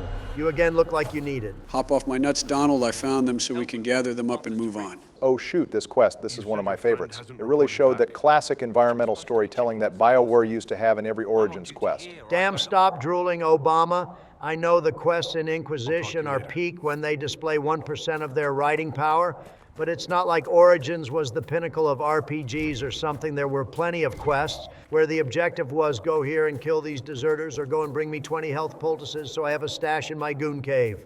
Okay, true, but the example you're giving with the Blackstone Irregulars quest had a story going on in the background that at least attempted some more nuance with quests being divided by the quest giver, later revealing there was a civil war going on in the background of the organization that we could ultimately decide what path we wanted the organization to follow. Meanwhile, collecting shards and rifts just gives us little points and extra equipment. The fact you recognize what questline Donald was talking about immediately without him saying it is the biggest issue here, Barry, not the admittedly MOBA-style layout of the Inquisition quests. Anyways, here's the first cache. Now let's go save Private Ryan. I think in this context, Joe, it's more like saving Ryan's privates. The Templars probably attacked our soldier because she was about to get some, while they usually need the Desire demons to get the job done. They can't even do that anymore since Desire demons don't exist in this game. The poor bastards. This scout seems super eager to leave, like, damn, we just got here, let's at least admire the scenery and try to absorb the background dressing, shall we? Look, the search chimes are even telling us there's a few things nearby. Fun part about this quest is that you can skip the actual beneficial part of it. You're rushing or don't take a moment to look at the area around you. I imagine a lot of players who experience the Hinterlands burnout just missed the story here because they were going through the motions. Going through the motions just like this base scout was with one of the robes. This isn't the kind of energy I would normally ask you give the robes, but we all have a few vices here and there. The truth. I may have been, passing time with Eldreda. Given how eager she was to let down her guard up with the Inquisition scout, I have to imagine she was one of the mages who wasn't too open towards separating and going to war. If we have the underworld knowledge perk or are a dwarf ourselves, we can speech check the scout towards becoming a spy, same as Varric. The companion interrupt system is improved from Dragon Age 2, but it still shares a lot of the same basic game convenience from 2, which can give interrupts for your class, then your companion, and now they brought back perks from Origins too. Make contacts, get information, and help the Inquisition. Those definitely need to be the first ones we get, so we don't have to swap companions every second quest. But now that we have put this girl's Riz to good use in helping the basic bard, so let's go check on the local cult. I love the idea of the agent system and having them bow to us as sort of a regal official title. But literally, it's so long and dramatic for a position that is probably going to be about seducing some mages into giving us their social security number and the 3 funky digits on the back. Also, seriously, this is another fanatic for Elden cult? How many does that make in this series? This would be the 3rd heretical Andrastian branch we have met in the series, and it sadly won't be the last or even the last operating in Ferelden. During Cassandra's quest, we see another doomsday cult that believes the Chantry are liars. I mean, they are right about half of that. Why trust the heretical Chantry just because now, all of a sudden, Lord Sandal won't make an appearance and prove his divinity? At least the other cults had some personality and beliefs to them. These guys just said, well, the fate is open, so I guess I will sit crisscross applesauce and die. And do you claim to hold power over the rifts the Maker has opened in the sky? I can seal rifts, yes. So you guys said all of this shit talk about based organized religion, but still had your guys say they were the second coming of fantasy Jesus. Are you all trying to rebrand as the chaotic neutral presidents what gives? Well, I normally love the Maker George, so that isn't true. But also, we are being pro-Andrastian at the moment since we are trying to romance Cassandra, who is one of the most Maker-pilled companions in the series. Donald said he had some experience pulling religious girls, so we figured some small fake conversion was in order. The old bait and switch. Say no more, Joe. I completely understand. I was young and in Texas once too. Soon he will call his chosen back to the Golden City. Until later. Until the Maker brings you back to us. Anyways, I thought the cult wasn't going to let me in for a moment, but looks like we are free to walk around. Besides the Fade Rift in the area, what else am I doing here, Barry? There's 2 other quests in this area, and a hidden item to the right, so just start on the right and work your way up from there, Joe. All right, let's see what's up here.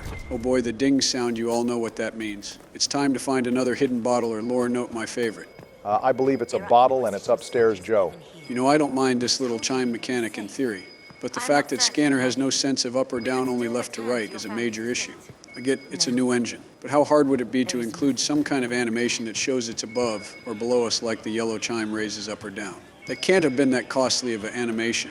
Joe, if you're not sundowning, it takes like 1 extra minute to figure out that the hidden thing is on a different floor, especially since there is a big massive staircase right in front of you. Stop making up problems that don't need solutions. Finding hidden things is easy enough when they make most designs in the room static. Honestly, the chime mechanic is nice, but I could easily see it getting annoying after just watching you guys play for like an hour. It feels like it forces you all to run around at random trying to find the one hidden thing in the corner. Also, this dude lost his wife. Did he lose her to the 30 or 50 wild hogs that patrol around the Hinterlands?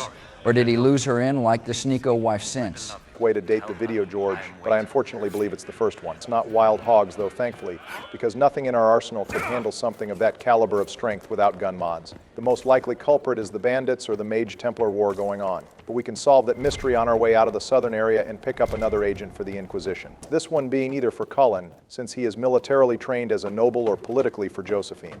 Thank God we are finally getting some big back soldier support. The agents in this game always have to be cowardly smugglers, spies, or robes, and not enough weapon arms and heavy hitters. If we want some heavy hitters in the Inquisition, why not just call up the dwarves and get the Legion of the Dead riding some of those cave rhinos into the battlefield to tank all of the damage the enemies can throw at us?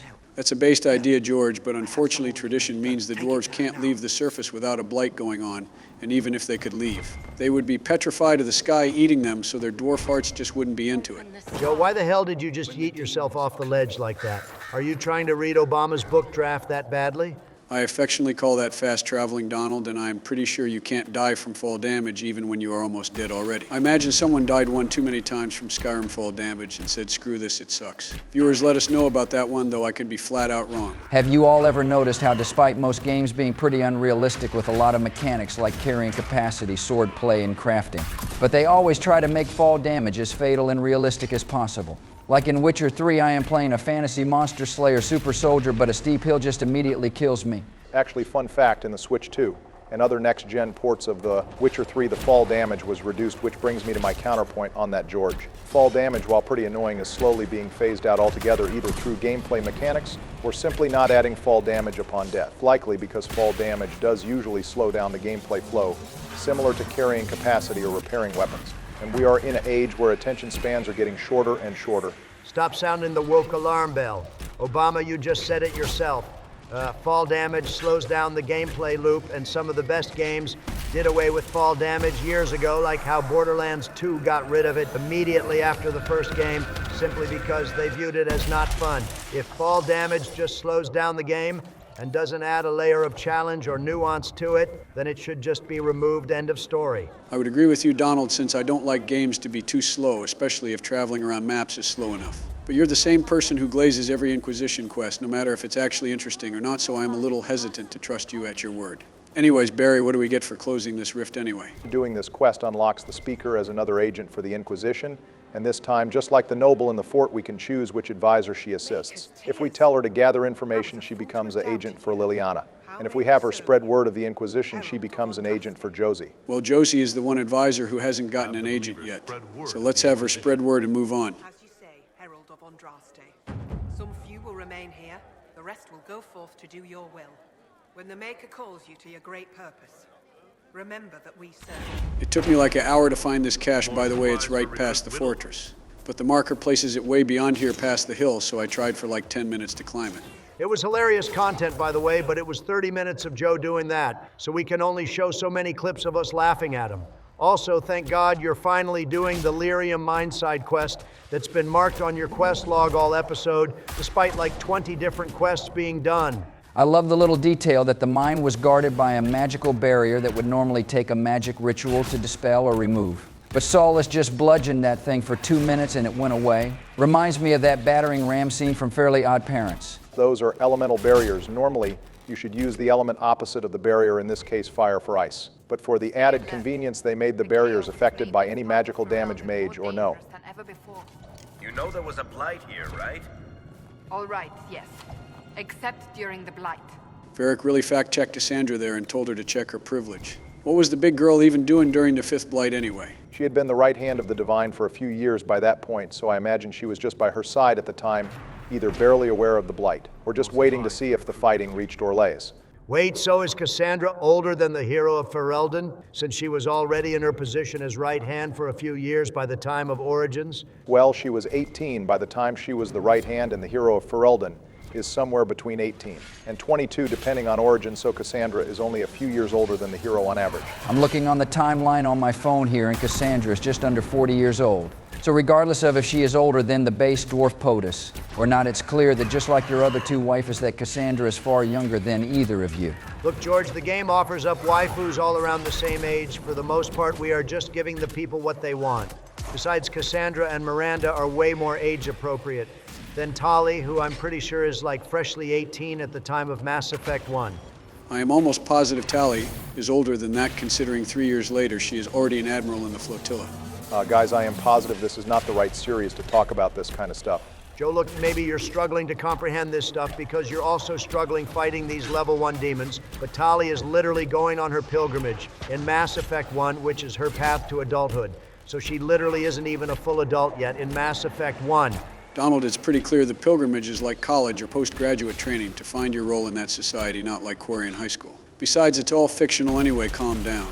Obama, what's happening? I'm scared. Joe, don't pull that Obama level. It's just a fictional waifu crap. You know as well as I do what romance options mean in a BioWare game. You absolute brain-dead sleepy dildo? I don't know, but I'm starting to think justice. And Themi had the right idea by leaving when they did this is going to get ugly. Bro, how the fuck did you summon this many cards at one time? This is rigged! Now you're sounding like Donald. This is just how my deck works, bro. Maybe if you stopped spamming spells at the wrong time, you'd figure it out. Nah, I'ma call your ass Kaiba. The way you're screwing me as well as the rules right now. Alright, well if that's how you want to play, then I'm going to summon this card. Fine, then I summon this card. Alright, well I play this. Then I'll play this card. Alright then, I'll activate Anders by blowing his back out harder. Then Hawk. Alright, you've done it now, bitch!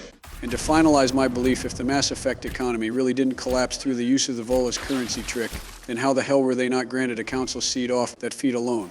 Joe, how the hell did we start talking about this? Weren't we talking about Tally or some shit a minute ago? Also, take another shot, viewers. We finished another Rift quest while Joe was talking about, something, I guess. I don't know how we got here, and I don't really care either, Joe. Just go ahead and pick up the Dalish promise ring from the Templars. And loot the body up ahead for the Lover's Note to get another agent. Then we just have to find the last 2 caches, one of which is by the cave Donald looted last episode. Damn, I know Obama is just fuming on the inside that I wasn't optimal and went to that cave first this episode instead of when I did. Wait, why did the Templars have a Dalish wedding ring on them? Are they like Dalish Templars, or do they just appreciate the culture like what's going on here? Well, George, while I go find the other cache, I can explain it. Basically, the Templars have all resorted to becoming bandits who are rapidly and randomly hunting down anyone they suspect of being a mage, including one elven man who's just tending to his garden. That doesn't even cover all of the innocents caught in the crossfire of this war. Until we see the Templar body cam footage, we don't know what happened. That elf could have attacked first or tried to do wicked elf magic that all of them secretly have. Plus, the Mage-Templar war is just as much the mage's fault, if not more. I stand with the base Templars. Also, that's another collection quest done with all of the caches by this hill. So take another shot, viewers, and of course, George. Actually, just keep those glasses on hand. There's at least one more quest left to do with the Ram meat that counts towards the drink competition. Damn, this is already a peak episode. Especially for the whiskey lovers among our viewers, it's too bad we couldn't release this before Thanksgiving to give our viewers a distraction from family drama.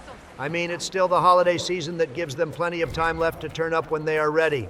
Take another shot, viewers. The Ram quest is finished and collected. Now the peasants are almost fully satisfied.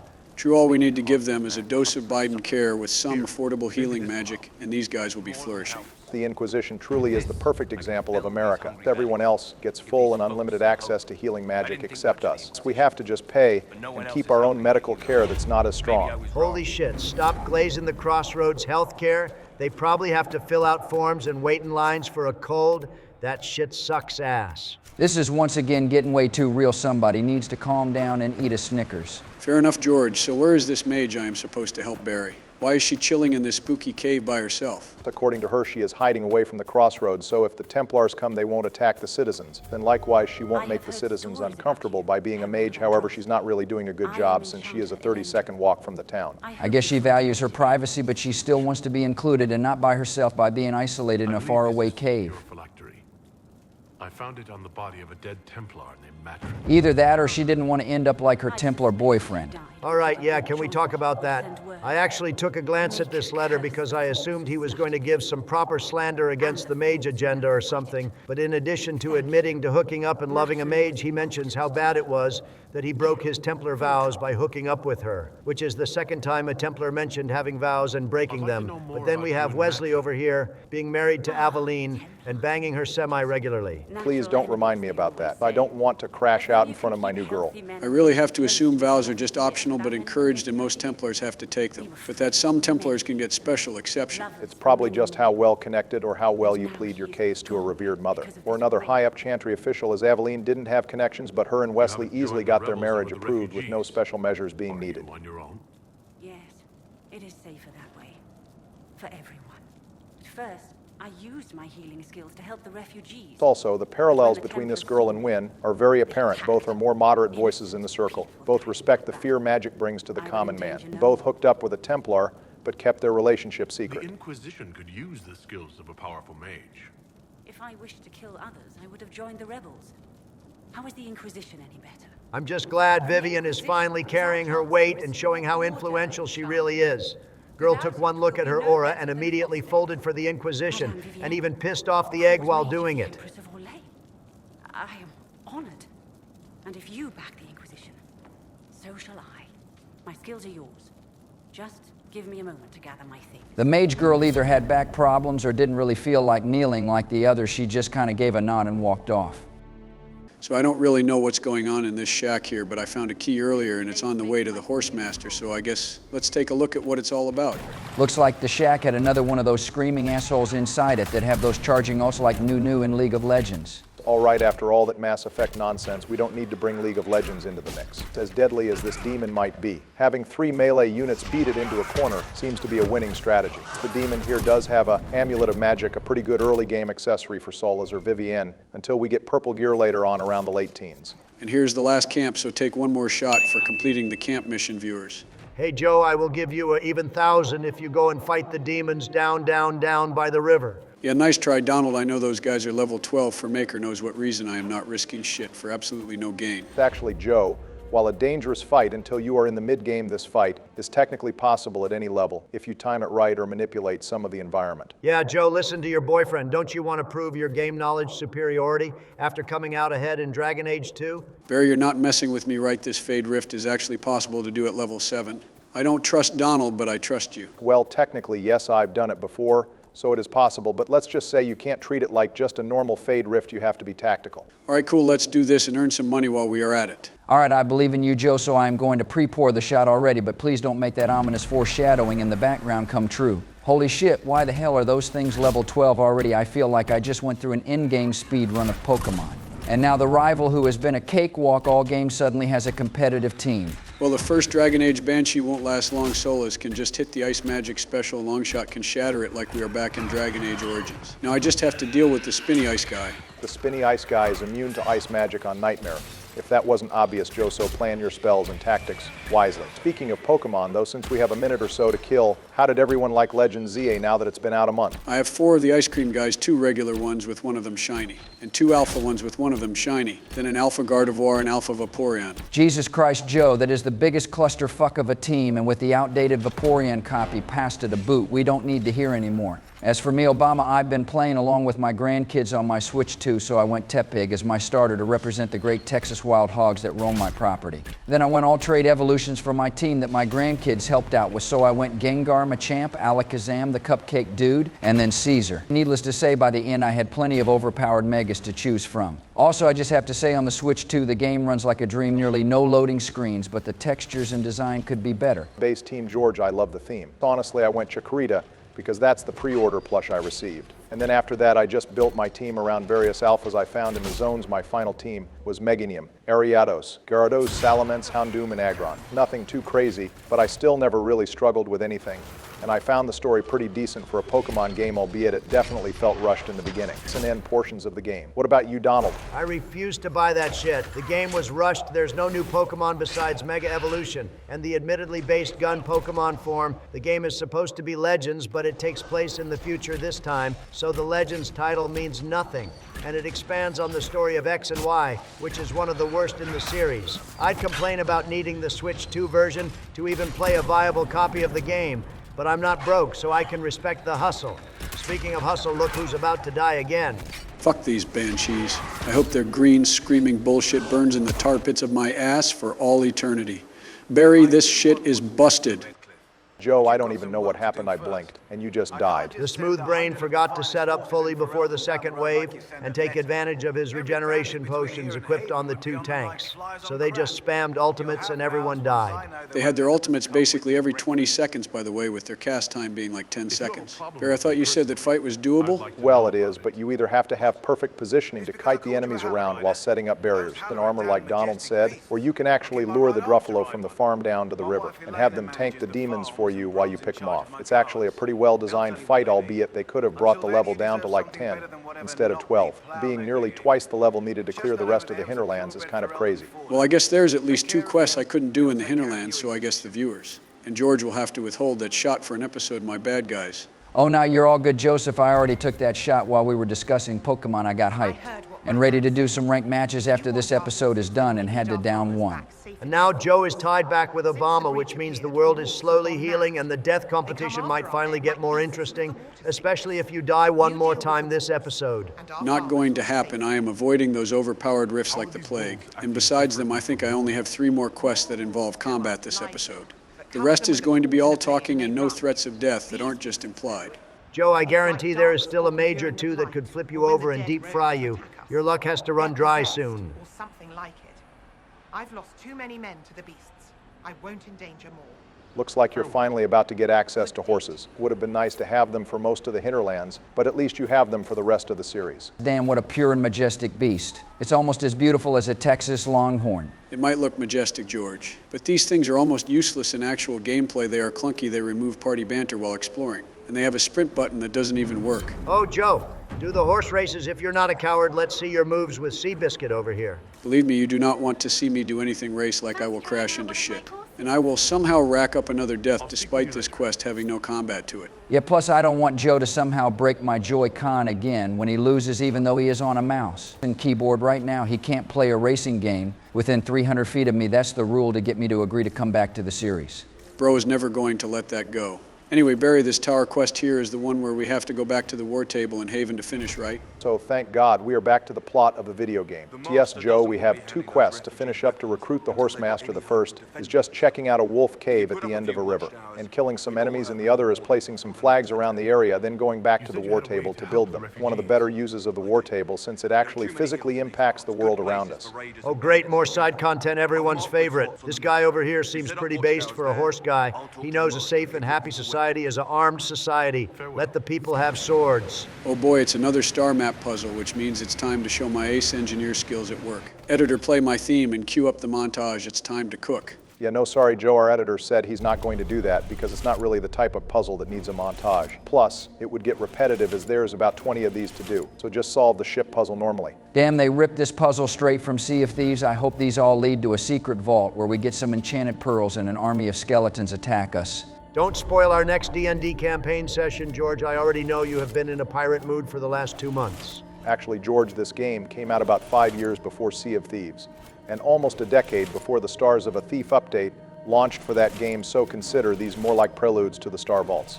All right, but Joe is literally making a ship star sign that definitely rings some copyright bells in my head. Boom boys, I got the ship sailing like a bolus. Now it's time to deal with these wolves, no solas. This guy finishes one puzzle and suddenly he thinks he is Slim Shady with the rhymes. Just lock in and don't die to another fear demon alt Sleepy, since that's what's leading the Fade Wolves. Damn, all these Templars scattered around the area, and you're telling me not one of them could deal with a singular demon? Sounds like a skill issue to me. Joe, don't you dare get into another argument with me. I cannot handle another tangent about whatever stupid nonsense your brain comes up with that has nothing to do with mages or Templars. Ah, come on, Donald, I have reworked my points this time and come up with more objective positives and negatives of siding with the mages versus the Templars, unless you're too afraid to defend your choice. All right, Sleepy, I know you are playing me right now, but Mama Trump didn't raise no bitch, so bring it on. Let's have a good, clean debate this time. Oh, God, no. All right, this isn't the best setup, but I have good defense for you now. Draw your last pathetic mage card, Justice, before I go Old Testament on your mages. All right, I can't clap back without it being copyrighted to hell and back by multiple sources, but I did just figure out what an extra deck is, bitch. I play Red Eyes Fusion. You bastard, that's my card. Well, it's property of the mages now. By tributing Dark Magician and Red Eyes, Black Dragon from my deck, I can summon Red Eyes, Dark Dragoon. Nice card, bro. Thanks. Too bad I can just banish it with Fiendish Golem and get my backline even stronger. Yeah, nah, you won't be able to because of Dark Dragoon's ability by discarding one card from my hand. I can negate the effect of a card and destroy it, and I get 1,000 more attack points for my trouble. Well, that's annoying, but it's still not enough to finish me. I still have 2 monsters on my wall. Well, if I could continue my turn, maybe you would see I have a plan. The other effect of Dark Dragoon is I can destroy monsters equal to the non-effect monsters used to create him, which count it as 2. Then you take damage equal to their attack. Oh shit. Now Dark Dragoon and Tiameus. Just like the ancient elves he glazes, show them the real power of a dragon and mage. Direct attacks. Holy shit, you finally won one good shit, my dude. Thanks. I just believed in the mages and the rest fell in line. Now that I won, I get to pick the next game, and you already know I am going with magic.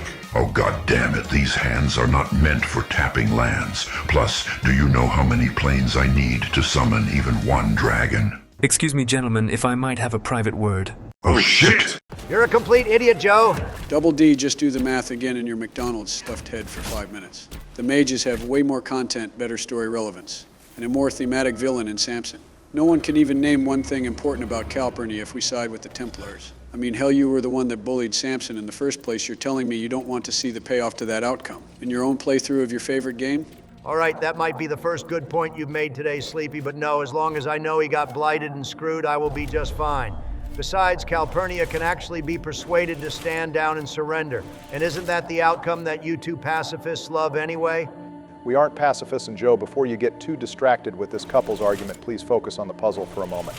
Apparently, Joe is just more locked in when it comes to puzzles. When he is arguing with Donald, I will have to remember that for the tabletop sessions. I guess the strategy here is just start from the sign, go down to top, and back while avoiding the other two side dots. What's the reward for doing all three of these, Obama? Well, the Asteriums lead to a secret weapons cache, where we can get an early epic weapon, the first being a purple dagger. The cache is over by the mage stronghold, so we can go pick that up before we head back to the war table. And while we are there, I wanted to pitch something to you all. Since our series is such an audio experience, we can actually go ahead and summarize a few of the interesting quests for the viewers to at least get some extra lore that wasn't there before.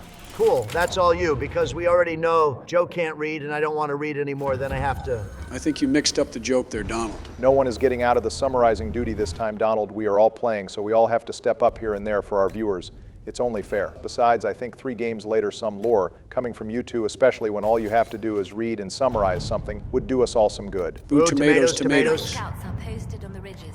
All right, whatever, just keep denying it. But it's about to come up here in a minute when we build the towers, so we need to lock in sooner or later. Besides, there's a few missions on the war table that both of you will be interested in. What, like the Inquisition investigating a random statue in the Hinterlands for a random mage staff or weapon? Yeah, super interesting, Barry. Are these things supposed to be instant like this? Because it just seems like a reward for reading stuff if that's the case. No, George, they usually take real-time hours, but we installed a mod to have a better flow for the content. Here, Joe, why don't you go first with this next one? And then Donald can do one, then we rotate and be done in just a few minutes. I feel like the kid being called first to do a reading, but whatever, Barry. All right, addressing a nobleman's concerns, looks like a Ferelden noble is pissed that elves, poor people and mages are taking shelter on his land after the conclave. And we can either refuse him, pretend to help him, or help the refugees. Based human nobility strikes again even if he is a lord, which is the weakest on the totem pole of Ferelden nobility, aren't they? Right above knights, basically. I am amazed you know that, Donald. But yes, this guy isn't too important, looks like just a dude with a massive house, not someone with real pull in the land's meat. Well, if that's the case, I would rather help the refugees than some rich guy. So even if it's siding against my beautiful bard, I am going to side with Cullen and safely get the refugees out of there. As always, Sleepy Joe with the expensive help to the poors. If we use Josephine for this, we end up getting no reward, which is the flat-out wrong decision here. All right, Donald, you're up next. I cannot express enough how little I don't care about doing this, nor has anyone ever really cared, but since I have to, I will at least take the based human noble mission to honor the memory of his younger brother, who sadly didn't make it thanks to Arlhau's treachery. Looks like he wants to have his own human noble funeral for the divine. Damn, even in Inquisition, we get constant reminders that every origin is canon and happened at the same time. I imagine Lyanna just knows him because they are both 5th Blight veterans. But if the human noble was the hero of Ferelden and romancing Lyanna, then that solution is Lyanna, basically writing to her brother-in-law, funny enough. Anyways, I will go next. This is one part of a series of quests for Varric finding a hack writer who is releasing badly written sequels of Hard in Hightown. This is referenced in Mark if we brought Varric with us, but the culprit is someone we won't find out till much later in the game. For now, we have an alias he used that Varric can track. All right, looks like we are in the last of the Ferelden quests. And oh boy, we have to talk to our Dalish clan right now. I don't think I can face any of them after what happened in 2. Joe, don't worry about it. Just send Cullen to say hi to them and everything will work out fine. Wait, why Cullen specifically? And why do you suddenly care about these war table quests? Joe, for the love of God, send anyone but Cullen. Donald is trying to go 3, and 0 on wiping out Dalish clans and sending Cullen gets large members of our clan killed because they think armed troops are a threat, and leaves them open towards attacks later without us able to respond. Damn, I had the Dalish 3-peat shirts all lined up for merchandise too. Your bloodlust for the inferior elves knows no bounds, Donald. All right, well, I will just let my beautiful bard handle this one. She has experience with the Dalashan origins, so she knows just what to do. And look, I got some free herbs for my trouble. This is another long series of quests that change depending on what advisor you choose, so hopefully we can just keep Donald away from the chair during those quests specifically. Plus, I imagine some viewers might need a guide on how to save the clan, considering a lot of comments talked about how easy it is to accidentally kill our clan. You can't silence me forever, Obama. Anyway, last quest here, and I guess it involves the totally real Blackwall and his totally real treaties that aren't written on bar napkins, they are verified. Believe me. I think we get some purple warden robes, which we can equip on Vivian or the egg for now. Now Solus is never going to have the mid-rift armor removed as long as I am playing. Anyways, we built the watchtower, so let's go back to the actual gameplay and recruit the horse master now that we fully spiritually and sexually satisfied his family. I must have taken a micro nap at some point because I do not remember you doing that, Joseph. Cassandra, my love, it's time for you to shine like the diamond you're meant to be. I'm hoping that means she has her own companion interrupt here, and not that she is about to flashberry instead because of a mod. Sadly, no. We aren't that lucky yet. Ah, good old religious guilt. Glad to see it alive and well in Thetis. There's actually tons of ways to handle this quest. Since, in addition to Cassandra, I know my girl Vivienne and Dorian also can convince the horse master, and most lore perks also have their own interrupt here as well, since it's basically expected you recruit this guy. Never let it be said that Redcliffe gave less than You know, this guy talks about loyalty to the Arl, but I don't remember ever hearing about this guy during the Fifth Blight or even ever seeing a horse. Anyways, let's go finally talk to the mages in Redcliffe. It's the last goal on our bucket list.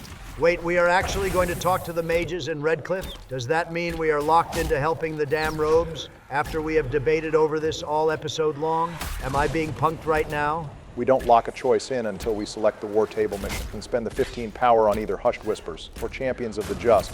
Until then, we can talk to the mages, meet the big bad of that quest line, and even meet Dorian without locking in one side or the other, and there's plenty of quests to finish up here, so we might as well. Yeah, I bet Barry is real excited to meet Dorian especially. Couldn't have said it better myself, Joe. I hate you both. Oh boy, another Green Goblin-style portal that releases screaming banshee assholes. This definitely hasn't gotten old yet. Can I take another shot finishing this one off at least? Fortunately or unfortunately, George, you and the viewers can't. This rift isn't actually associated with any rift quests. It's part of the main quest. But we can still talk about it because there's a weird mechanic only present in the rifts for the mage's quest. If you look around the map, there's little yellow and green circles that aren't like the normal circles that erupt and deal damage.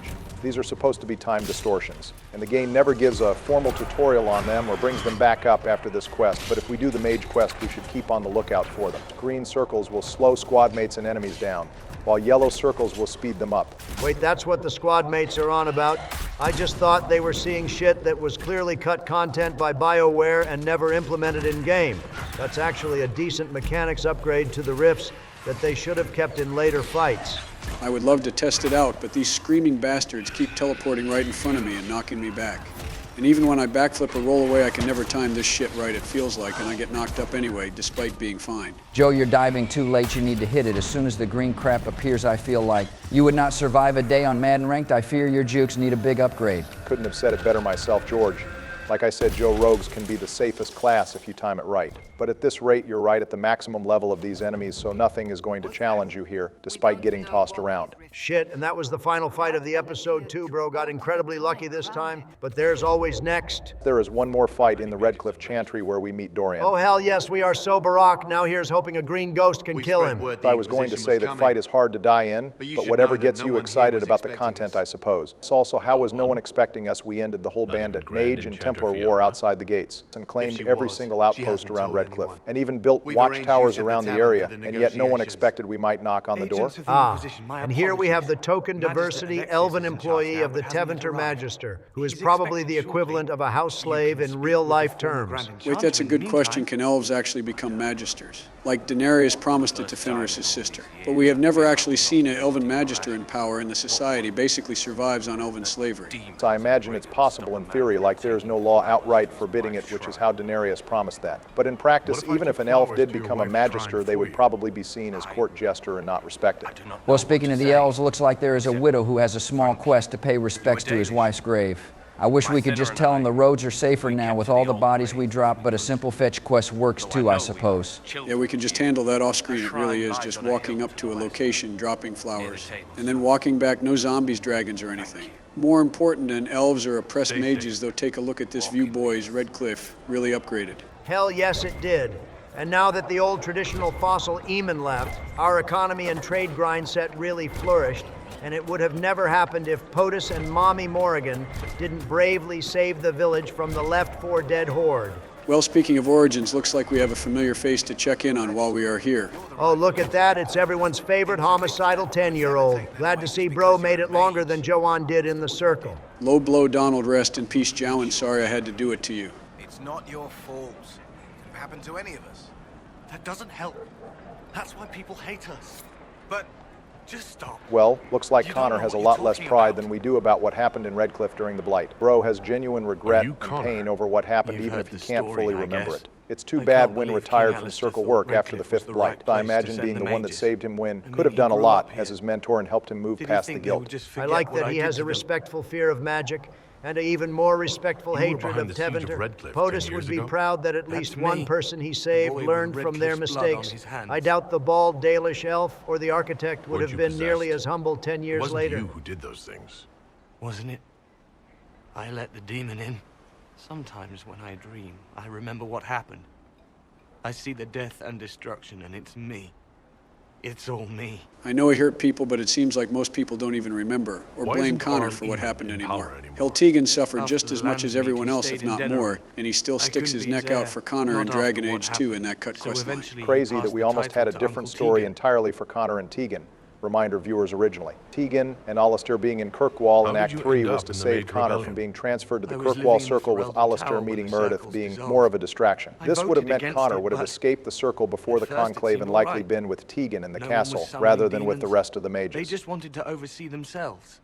But then the Magister came. This is the one time then that I am glad a game left out some cut content, because making him a random side quest in Dragon Age 2, where he gets his freedom, hits way less hard than seeing him here traumatized from his experience with magic hurting people and wanting everyone to do better. This is how you use cameo characters later on in the story, gentlemen. I couldn't have said it better myself, George, but I didn't know you even knew Connor from Origins. Does that mean you have played some of Origins after our special episode? Yeah, between D&D prep and college football grind, I try to tackle a main quest once every couple of months. It's a slow playthrough because the gameplay is hard to keep my interest up, but I make do. Damn, you're probably the first person to ever play Dragon Age like that. But go off, I guess, Queen. That calls it for Carver unless we do the mage's storyline, where he has one final base moment. But let's cover those side quests Barry was talking about before he gets too antsy. Ah, yes, first and foremost, you liberals have to harass an honest working woman just trying to practice supply and demand for Templars in need. I love enforcing victimless crimes on the citizens of Heraldon. Well, we aren't going to arrest her, but more so threaten her so she stops helping the car to smuggle lyrium and smuggles lyrium for the Inquisition instead. And we get to show off why Cassandra is the best squad mate in the process. I am positive Varric can be used here too, but I wanted to give your girl a little more approval by choosing her option, even if it means Solus disapproves for some reason. I think the egg disapproves of any chantry talk in general, regardless of the reason or what it gets us. Probably the one thing we both agree on. Or you could put your skills to use for the Inquisition. And you'd keep quiet? Nobody else has to know? That will depend on how honest your efforts are. Fun fact, here you can use a history check on her here with the perk, but it essentially doesn't recruit her or continue the quest, but it still gives the same Solus disapproval. Got to love RPG options that go absolutely nowhere. Also, I guess we are going for a firm handshake instead of taking the knee this time. How classy. I am going to start the objectively best quest first and help this dude find his lost ram and the highest noble in all of Ferelden. Ram that is, different. Lord Wolseley wandered off, and he's very special.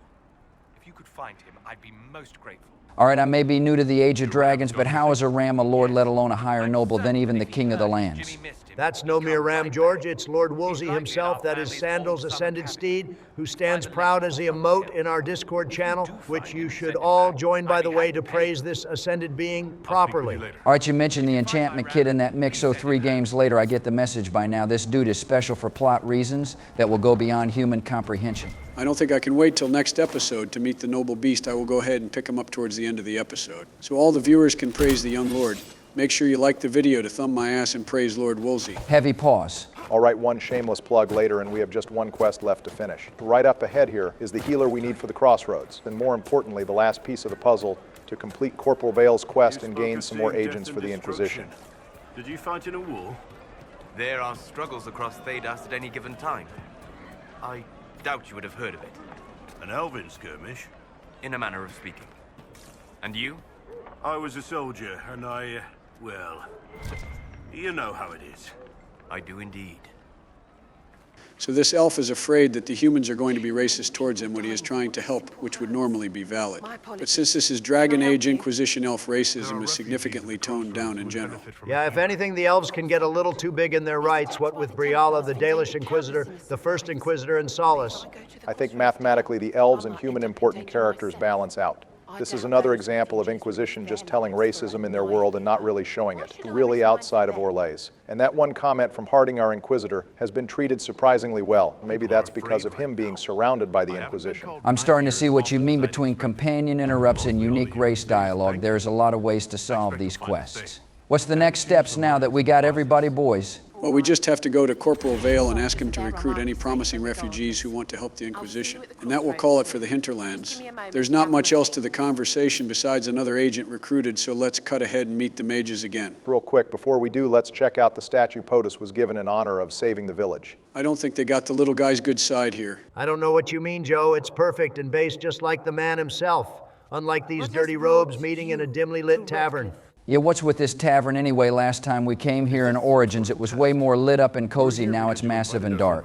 This tavern isn't the same one that was here years ago, as it has a different name and layout. I have to imagine either Lloyd or Bella sold the tavern to a wealthy merchant during Redcliffe's expansion, and now we have this. But enough background since we have actual plot to get through here. All right, Fiona, I know we did like 2 or 3 hours of side content before we met back up with you, but can you at least remember meeting this handsome face before? You're hurting my feelings. Our face is a lot of things, but it's not handsome. Trying to be Alistair's stepdad, Joe? Now, just trying to be the dad that stepped up Lord knows everyone in the Origins cast needs a positive father figure in their life that isn't Eamon. So tell me again why we are supposed to help these guys when they willingly sided with the most evil country in all of Thedas. Like whether you're Southern Thedas pilled or Kunari pilled, everyone hates the Tevinter Imperium and everything it stands for. Hell, even Solas knows you shouldn't trust them, and he went to sleep long before the Imperium became a big problem. As much as I would prefer siding with the mages letting this slide without addressing the elephant in the room that they agreed to this deal does leave a bad taste in my mouth. Hell, they probably took it to a vote before agreeing, which means the majority of mages agreed to this. They were desperate and they made a rash decision out of that desperation. They shouldn't be forced into slavery and make Tevinter stronger in the process. All those blood mages in Kirkwall were desperate too, especially that elf who killed his wife just to summon some demons. Does that mean none of them deserve the curb? Looking at the guy she sold her people to, yeah, I have to agree with the crowd here. I have no idea what she was thinking trusting a dude who looks like a Sith Lord fucked a political podcaster. I can kind of see it too in his balding head and cheekbones. We seriously cannot allow the mages, especially the elven ones, in the hands of Daenerys with a hood. Well, if that's the case, why is there not a reason to murder knife this dude here and now? It's what Fenris would do anyway. Hell, the fact he walked up to us fully confident we wouldn't touch him is a plot device on its own. Even when they were under siege. There were tensions growing. I did not want an incident. I think killing him without probable cause would cause an incident even more so because he is being uncomfortably friendly to the Inquisition right now. That being said, this dude fucked with my glorious King Tegan, so it's personal now. Baha. Yeah, Barry's Tegan glaze will never end. Hell, even if Bro is charming. And his plot armor, I can't think he thought he could take over Redcliffe from the King's uncle. And they wouldn't respond with divine vengeance. Hell, I am surprised most of the mages didn't get killed in the struggle. If the mages here really understood how Tevinter society worked, they wouldn't take this deal. Not only do they have to be slaves for 10 years, but even after those 10 years are up, they would only be a part of the freed class, which is right above slave. So wait a minute, maybe you all can clarify something. All of the mages outside of Redcliffe refused to talk to us and went feral killing us on sight. But now these mages in the town are non-hostile and willing to talk to us, and we're the innocent victims of the Templars' attacks. Weren't these guys just as responsible for the war? All mages are bloodthirsty and dangerous, George. Some just take more time to show their true colors than others. Well, George, the apostates and Templars in the Hinterlands are a splinter faction separate from the mages in Redcliffe and the Templars in Orlais. They're both completely sane but are extremely fanatical and desperate. They attack you because they've essentially been reduced to banditry in order to keep their war effort going. That's also why they've been attacking the refugees in Redcliffe and the crossroads to steal food, coin, and other supplies. I also imagine the Templars that attacked Redcliffe weren't the bandit ones outside of the Hinterlands, but the Lord Seeker's Templars that Corypheus currently controls. You know, now that you mention that, I bet Corypheus had the Templars attack the Redcliffe mages to show the Tevinter alliance too, and convince the Templars they need the red lyrium buff to fight Tevinter as well. So basically, this whole deal was made with Corypheus attacking himself like that bicycle meme, and somehow it worked and got him 2 whole armies out of the deal. That is both impressive and really stupid all at once. Damn, we got a man down on here, bro. Either has a tummy ache or those villain clothes must not leave much room to breathe. It's actually the famous video game Deathly Illness, where the person has to faint to show how sick they are. Sort of like Lee in The Walking Dead if you don't chop the fuck out of your arm like you're in The Evil Dead. I'll get your powders. Please excuse me, friends. We will have to continue this another time. Fiona, I require your assistance back at the castle. Fiona just got a taste of what her future is going to be with this deal waiting on her Magister on her hand and foot. I shall send word to the Inquisition. We will conclude this business at a later date. That's got to sting given how she's been a high-ranking warden and Grand Enchanter for most of her life, and now she is going to be Elven Tevinter slave number 20. Come to the Chantry. You are in danger. How ominous. I would be more concerned about that note, but I am more curious where the hell all these people came from. This tavern was empty during the cutscene. Did that Sith Lord cast a Jinjutsu during the cutscene or what? Before we check out the Chantry like that note says, we can get some more perspective on the Mage Tevinter deal from some of the NPCs, so let's do that, shall we? Oh, great. And we are starting with the Tevinter apologist who thinks the most oppressed class of people is mages and not gamers. I swear to God, where the hell is Fenris when you need him? The mages are getting way too mouthy.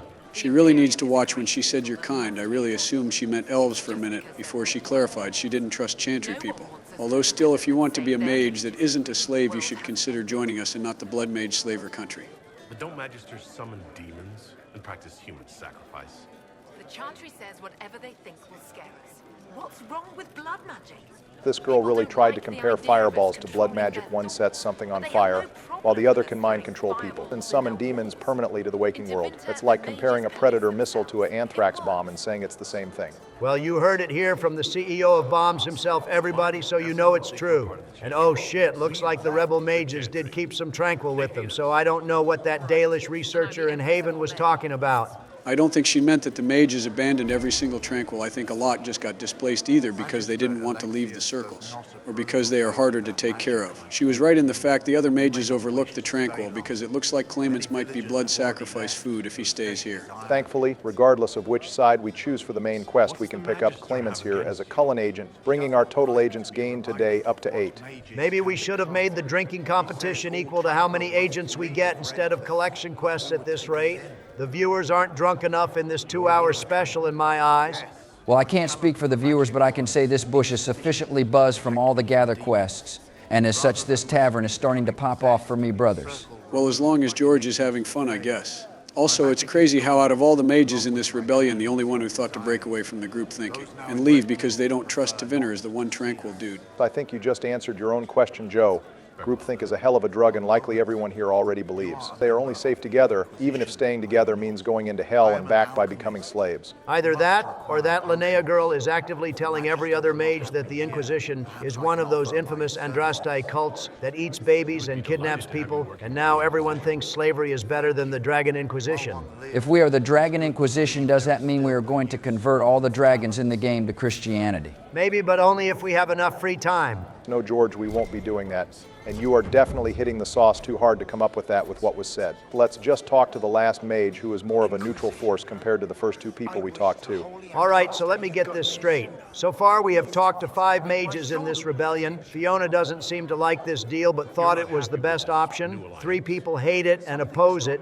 And only 1 robe we talked to is actually in favor of this deal. How the hell was this option chosen to vote? I'm really starting to suspect that Linnea is a Tevinter plant and has been feeding everyone propaganda in order to get everyone to join the Venatori.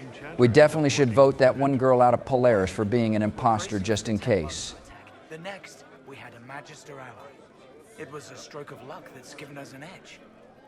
So the vote to free the mages wasn't a majority vote, but rather the 5 leaders of the Fraternity of Enchanters gathered and each spoke for their fraternity's viewpoint. Votes were counted by how large your fraternity was, so while there are 5 parties, really only 3 votes mattered: Loyalist, Libertarian, and Equitarians. Vivienne represented the Loyalists and voted to stay in the circle, while the other 2 voted to leave. I guess this guy wasn't a member of the Loyalists, and Vivienne didn't invite him to stay in Orlais with her. To put into perspective how one-sided that is, it would be like if only Florida, California, New York, and Texas got a say in who was president and everyone else had to deal with it without having a voice of their own.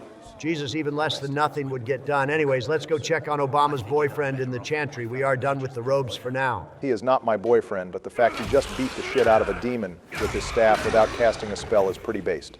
Oh boy, a 5th green goblin fade portal, this time with more time circles and all inside a fantasy church. How thematic. At least your timing your dodge is better after we shit on you a little bit. Those back and front flips come in clutch. Yeah, I'm just going to ignore those circles. I need height and distance from these teleporting assholes. Anyways, what's the deal with this chantry? Did it get remodeled the same as the tavern did? Honestly, besides the placement being different, and some added objects and furniture, this chantry is shaped the exact same as its origins debut. They actually did a pretty good job, likely because it's just a singular one for one cell. Damn, they really took time to make this one area accurate, but then in Redcliffe Castle, the designers just went, nah, this is way too hard. Let's just guess and chill. I mean, they cut corners where they could. We saw that as early as the first episode. They had to pay for the visuals and dragons fights where they could. But I am glad one game designer got to recreate their map in Frostbite. It's the little things, you know. Also, these goddamn jumping assholes. Can I just disrupt a Fade Rift in peace, please? Joe, honestly, you don't need to prioritize disrupting Fade Rifts if you can't safely do so. You are the same level as the demons here. So you might as well just keep moving around so you're harder to hit and deal as much normal damage as you can. Holy shit, is this a third death this episode to lock in Joe in second place where he belongs? Yeah, I may have to take back my previous compliments. Joe, you got tossed like a newbie in my rodeo classes. I'm still not dying, though. Cassandra and Blackwall haven't even taken damage because they are exclusively focusing on my elf booty. It sucks that none of that fight counted for any experience, but at least we made a dent in the rightful quest, helping the mages. Joe, we haven't decided that yet. The viewers are going to make the correct choice and side with the Templars, I believe, in our fan base after Dragon Age 2. Wait, I just realized this is that dude who was a governor in Minrathous and Veilguard and made the appeal to be Archon of the whole country based on sassiness alone. A short but pretty accurate statement, George, although Veilguard only gave him bits and pieces of his personality. While Inquisition, we get the full package written by Geider himself as a farewell note to Dragon Age. All right, calm down, Obama. You can frame him however you want with your literary heart-on. But the fact still stands that this dude is a Tevinter mage who is engrossed in the nobility of the mages and is totally okay with slavery. Yeah, but none of that matters because bro has style and vibes. Besides, it's funny how you only really care about slavery when it supports your viewpoint, when most of the time you're all about curbing elves, along with mages. Yeah, I am all about killing them and giving them a quick death to end their suffering. I have never once supported slavery. Donald, I seem to remember you talking about and creating a business plan for a robe emporium where you would capture and enslave mages, because that one Antivan guy told you slaves can sell for 100 gold a head. Fake news. Damn slaves normally cost that much, but I imagine Alexius got all of the rebel mages to sign on for into slavery for free. That's some money moves right there. Okay, even I have to admit that is pretty based, even if he does deserve the curb shortly after. You must know there's danger. That should be obvious even without the note.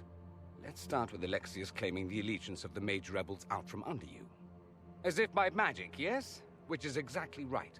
To reach Redcliffe, before the Inquisition, Alexius distorted time itself. Wait, seriously, this whole quest deals with the time travel plot line? It's all right, George, time travel plot lines are some of the most stale and overused plot points that only got replaced with the multiverse plot lines in the current year. However, as unbelievable as this might be, give the writers a chance here, the quest is actually pure hype if you can get past the trope. Too late, I have already tuned out. I don't fuck with time travel plot lines in my 50 years of fantasy writing in D&D, and I'm not starting now. You know, it's crazy when even Solus has no lore on time magic. But bad writing or not, it is nice to see a new kind of magic being brought into Dragon Age, especially when the game designers tend to remove spells like blood magic. And schools over time not improve them. Wasn't time magic already kind of a thing? Like in Awakening, there was definitely magic that reset all your spells and slowed people down in a time warp? Yes, but that was altering yourself through possible time magic versus literally taking reality and events and altering them for an entire region. Also, I think he can remove someone from the timeline completely if he tries hard enough. You said that so casually, but that's the scariest part of that magic. Like imagine waking up one day and your best friend Cornsack just never existed. I thought he'd be fussing over me all day. My father's joined a cult, Tevinter Supremacists. They call themselves Venatori. Oh boy, and speaking of plot holes, here's another one. According to Inquisition, the Tevinter Imperium actually isn't a bad place. It's just those mean Venatori that make everything bad. And even the Imperium hates them. Ignore the fact that the Imperium caused the blights, enslaves and blood sacrifices elves, and have been cartoonishly evil in every Dragon Age game up until this point. They even made Fenris's master a Venatori member retroactively to try and cover their tracks. Like that solves everything. All right, it's not as bad as you two are making it. Dorian does clearly highlight the issues with the Imperium. It's just to get the players' foot in the door to hear Dorian out. Some aspects had to be made gray. No offense, Obama, but with how bad this society acts, most of the time getting people's foot in the door seems like a literal Herculean effort. You can close the rifts. Maybe there's a connection. Or they see you as a threat.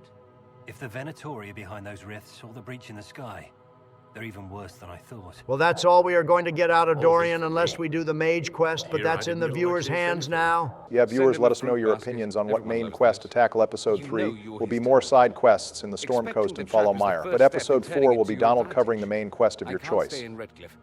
Alexius doesn't know I'm here, and I want to keep it that way for now. But whenever you're ready to deal with him, I want to be there. I'll be in touch. Oh, and Felix, try not to get yourself killed. Ah, there he is, the majestic steed himself in the flesh. Damn, I know that Ram got into someone's conditioner because there's no way he should be that shiny. I guess the young lord wanted the Inquisitor to prove himself by killing bandits before he returned home. Anyways, Joe, while you're killing these guys, do you want to close out the video? Sure thing, Barry. Viewers, thank you all for watching this 2-hour special of the Hinterlands. Thank God we can do the main objective of the video game and leave it now. Don't forget to leave your comment on what you do in Inquisition siding with the mages, or Templars, as we are going to count these comments and use them to make our own decision. Next time, Barry is going to recruit Iron Bull and tackle the Storm Coast and Fallow Mire, so stay tuned. But for now, stay safe, Biden out.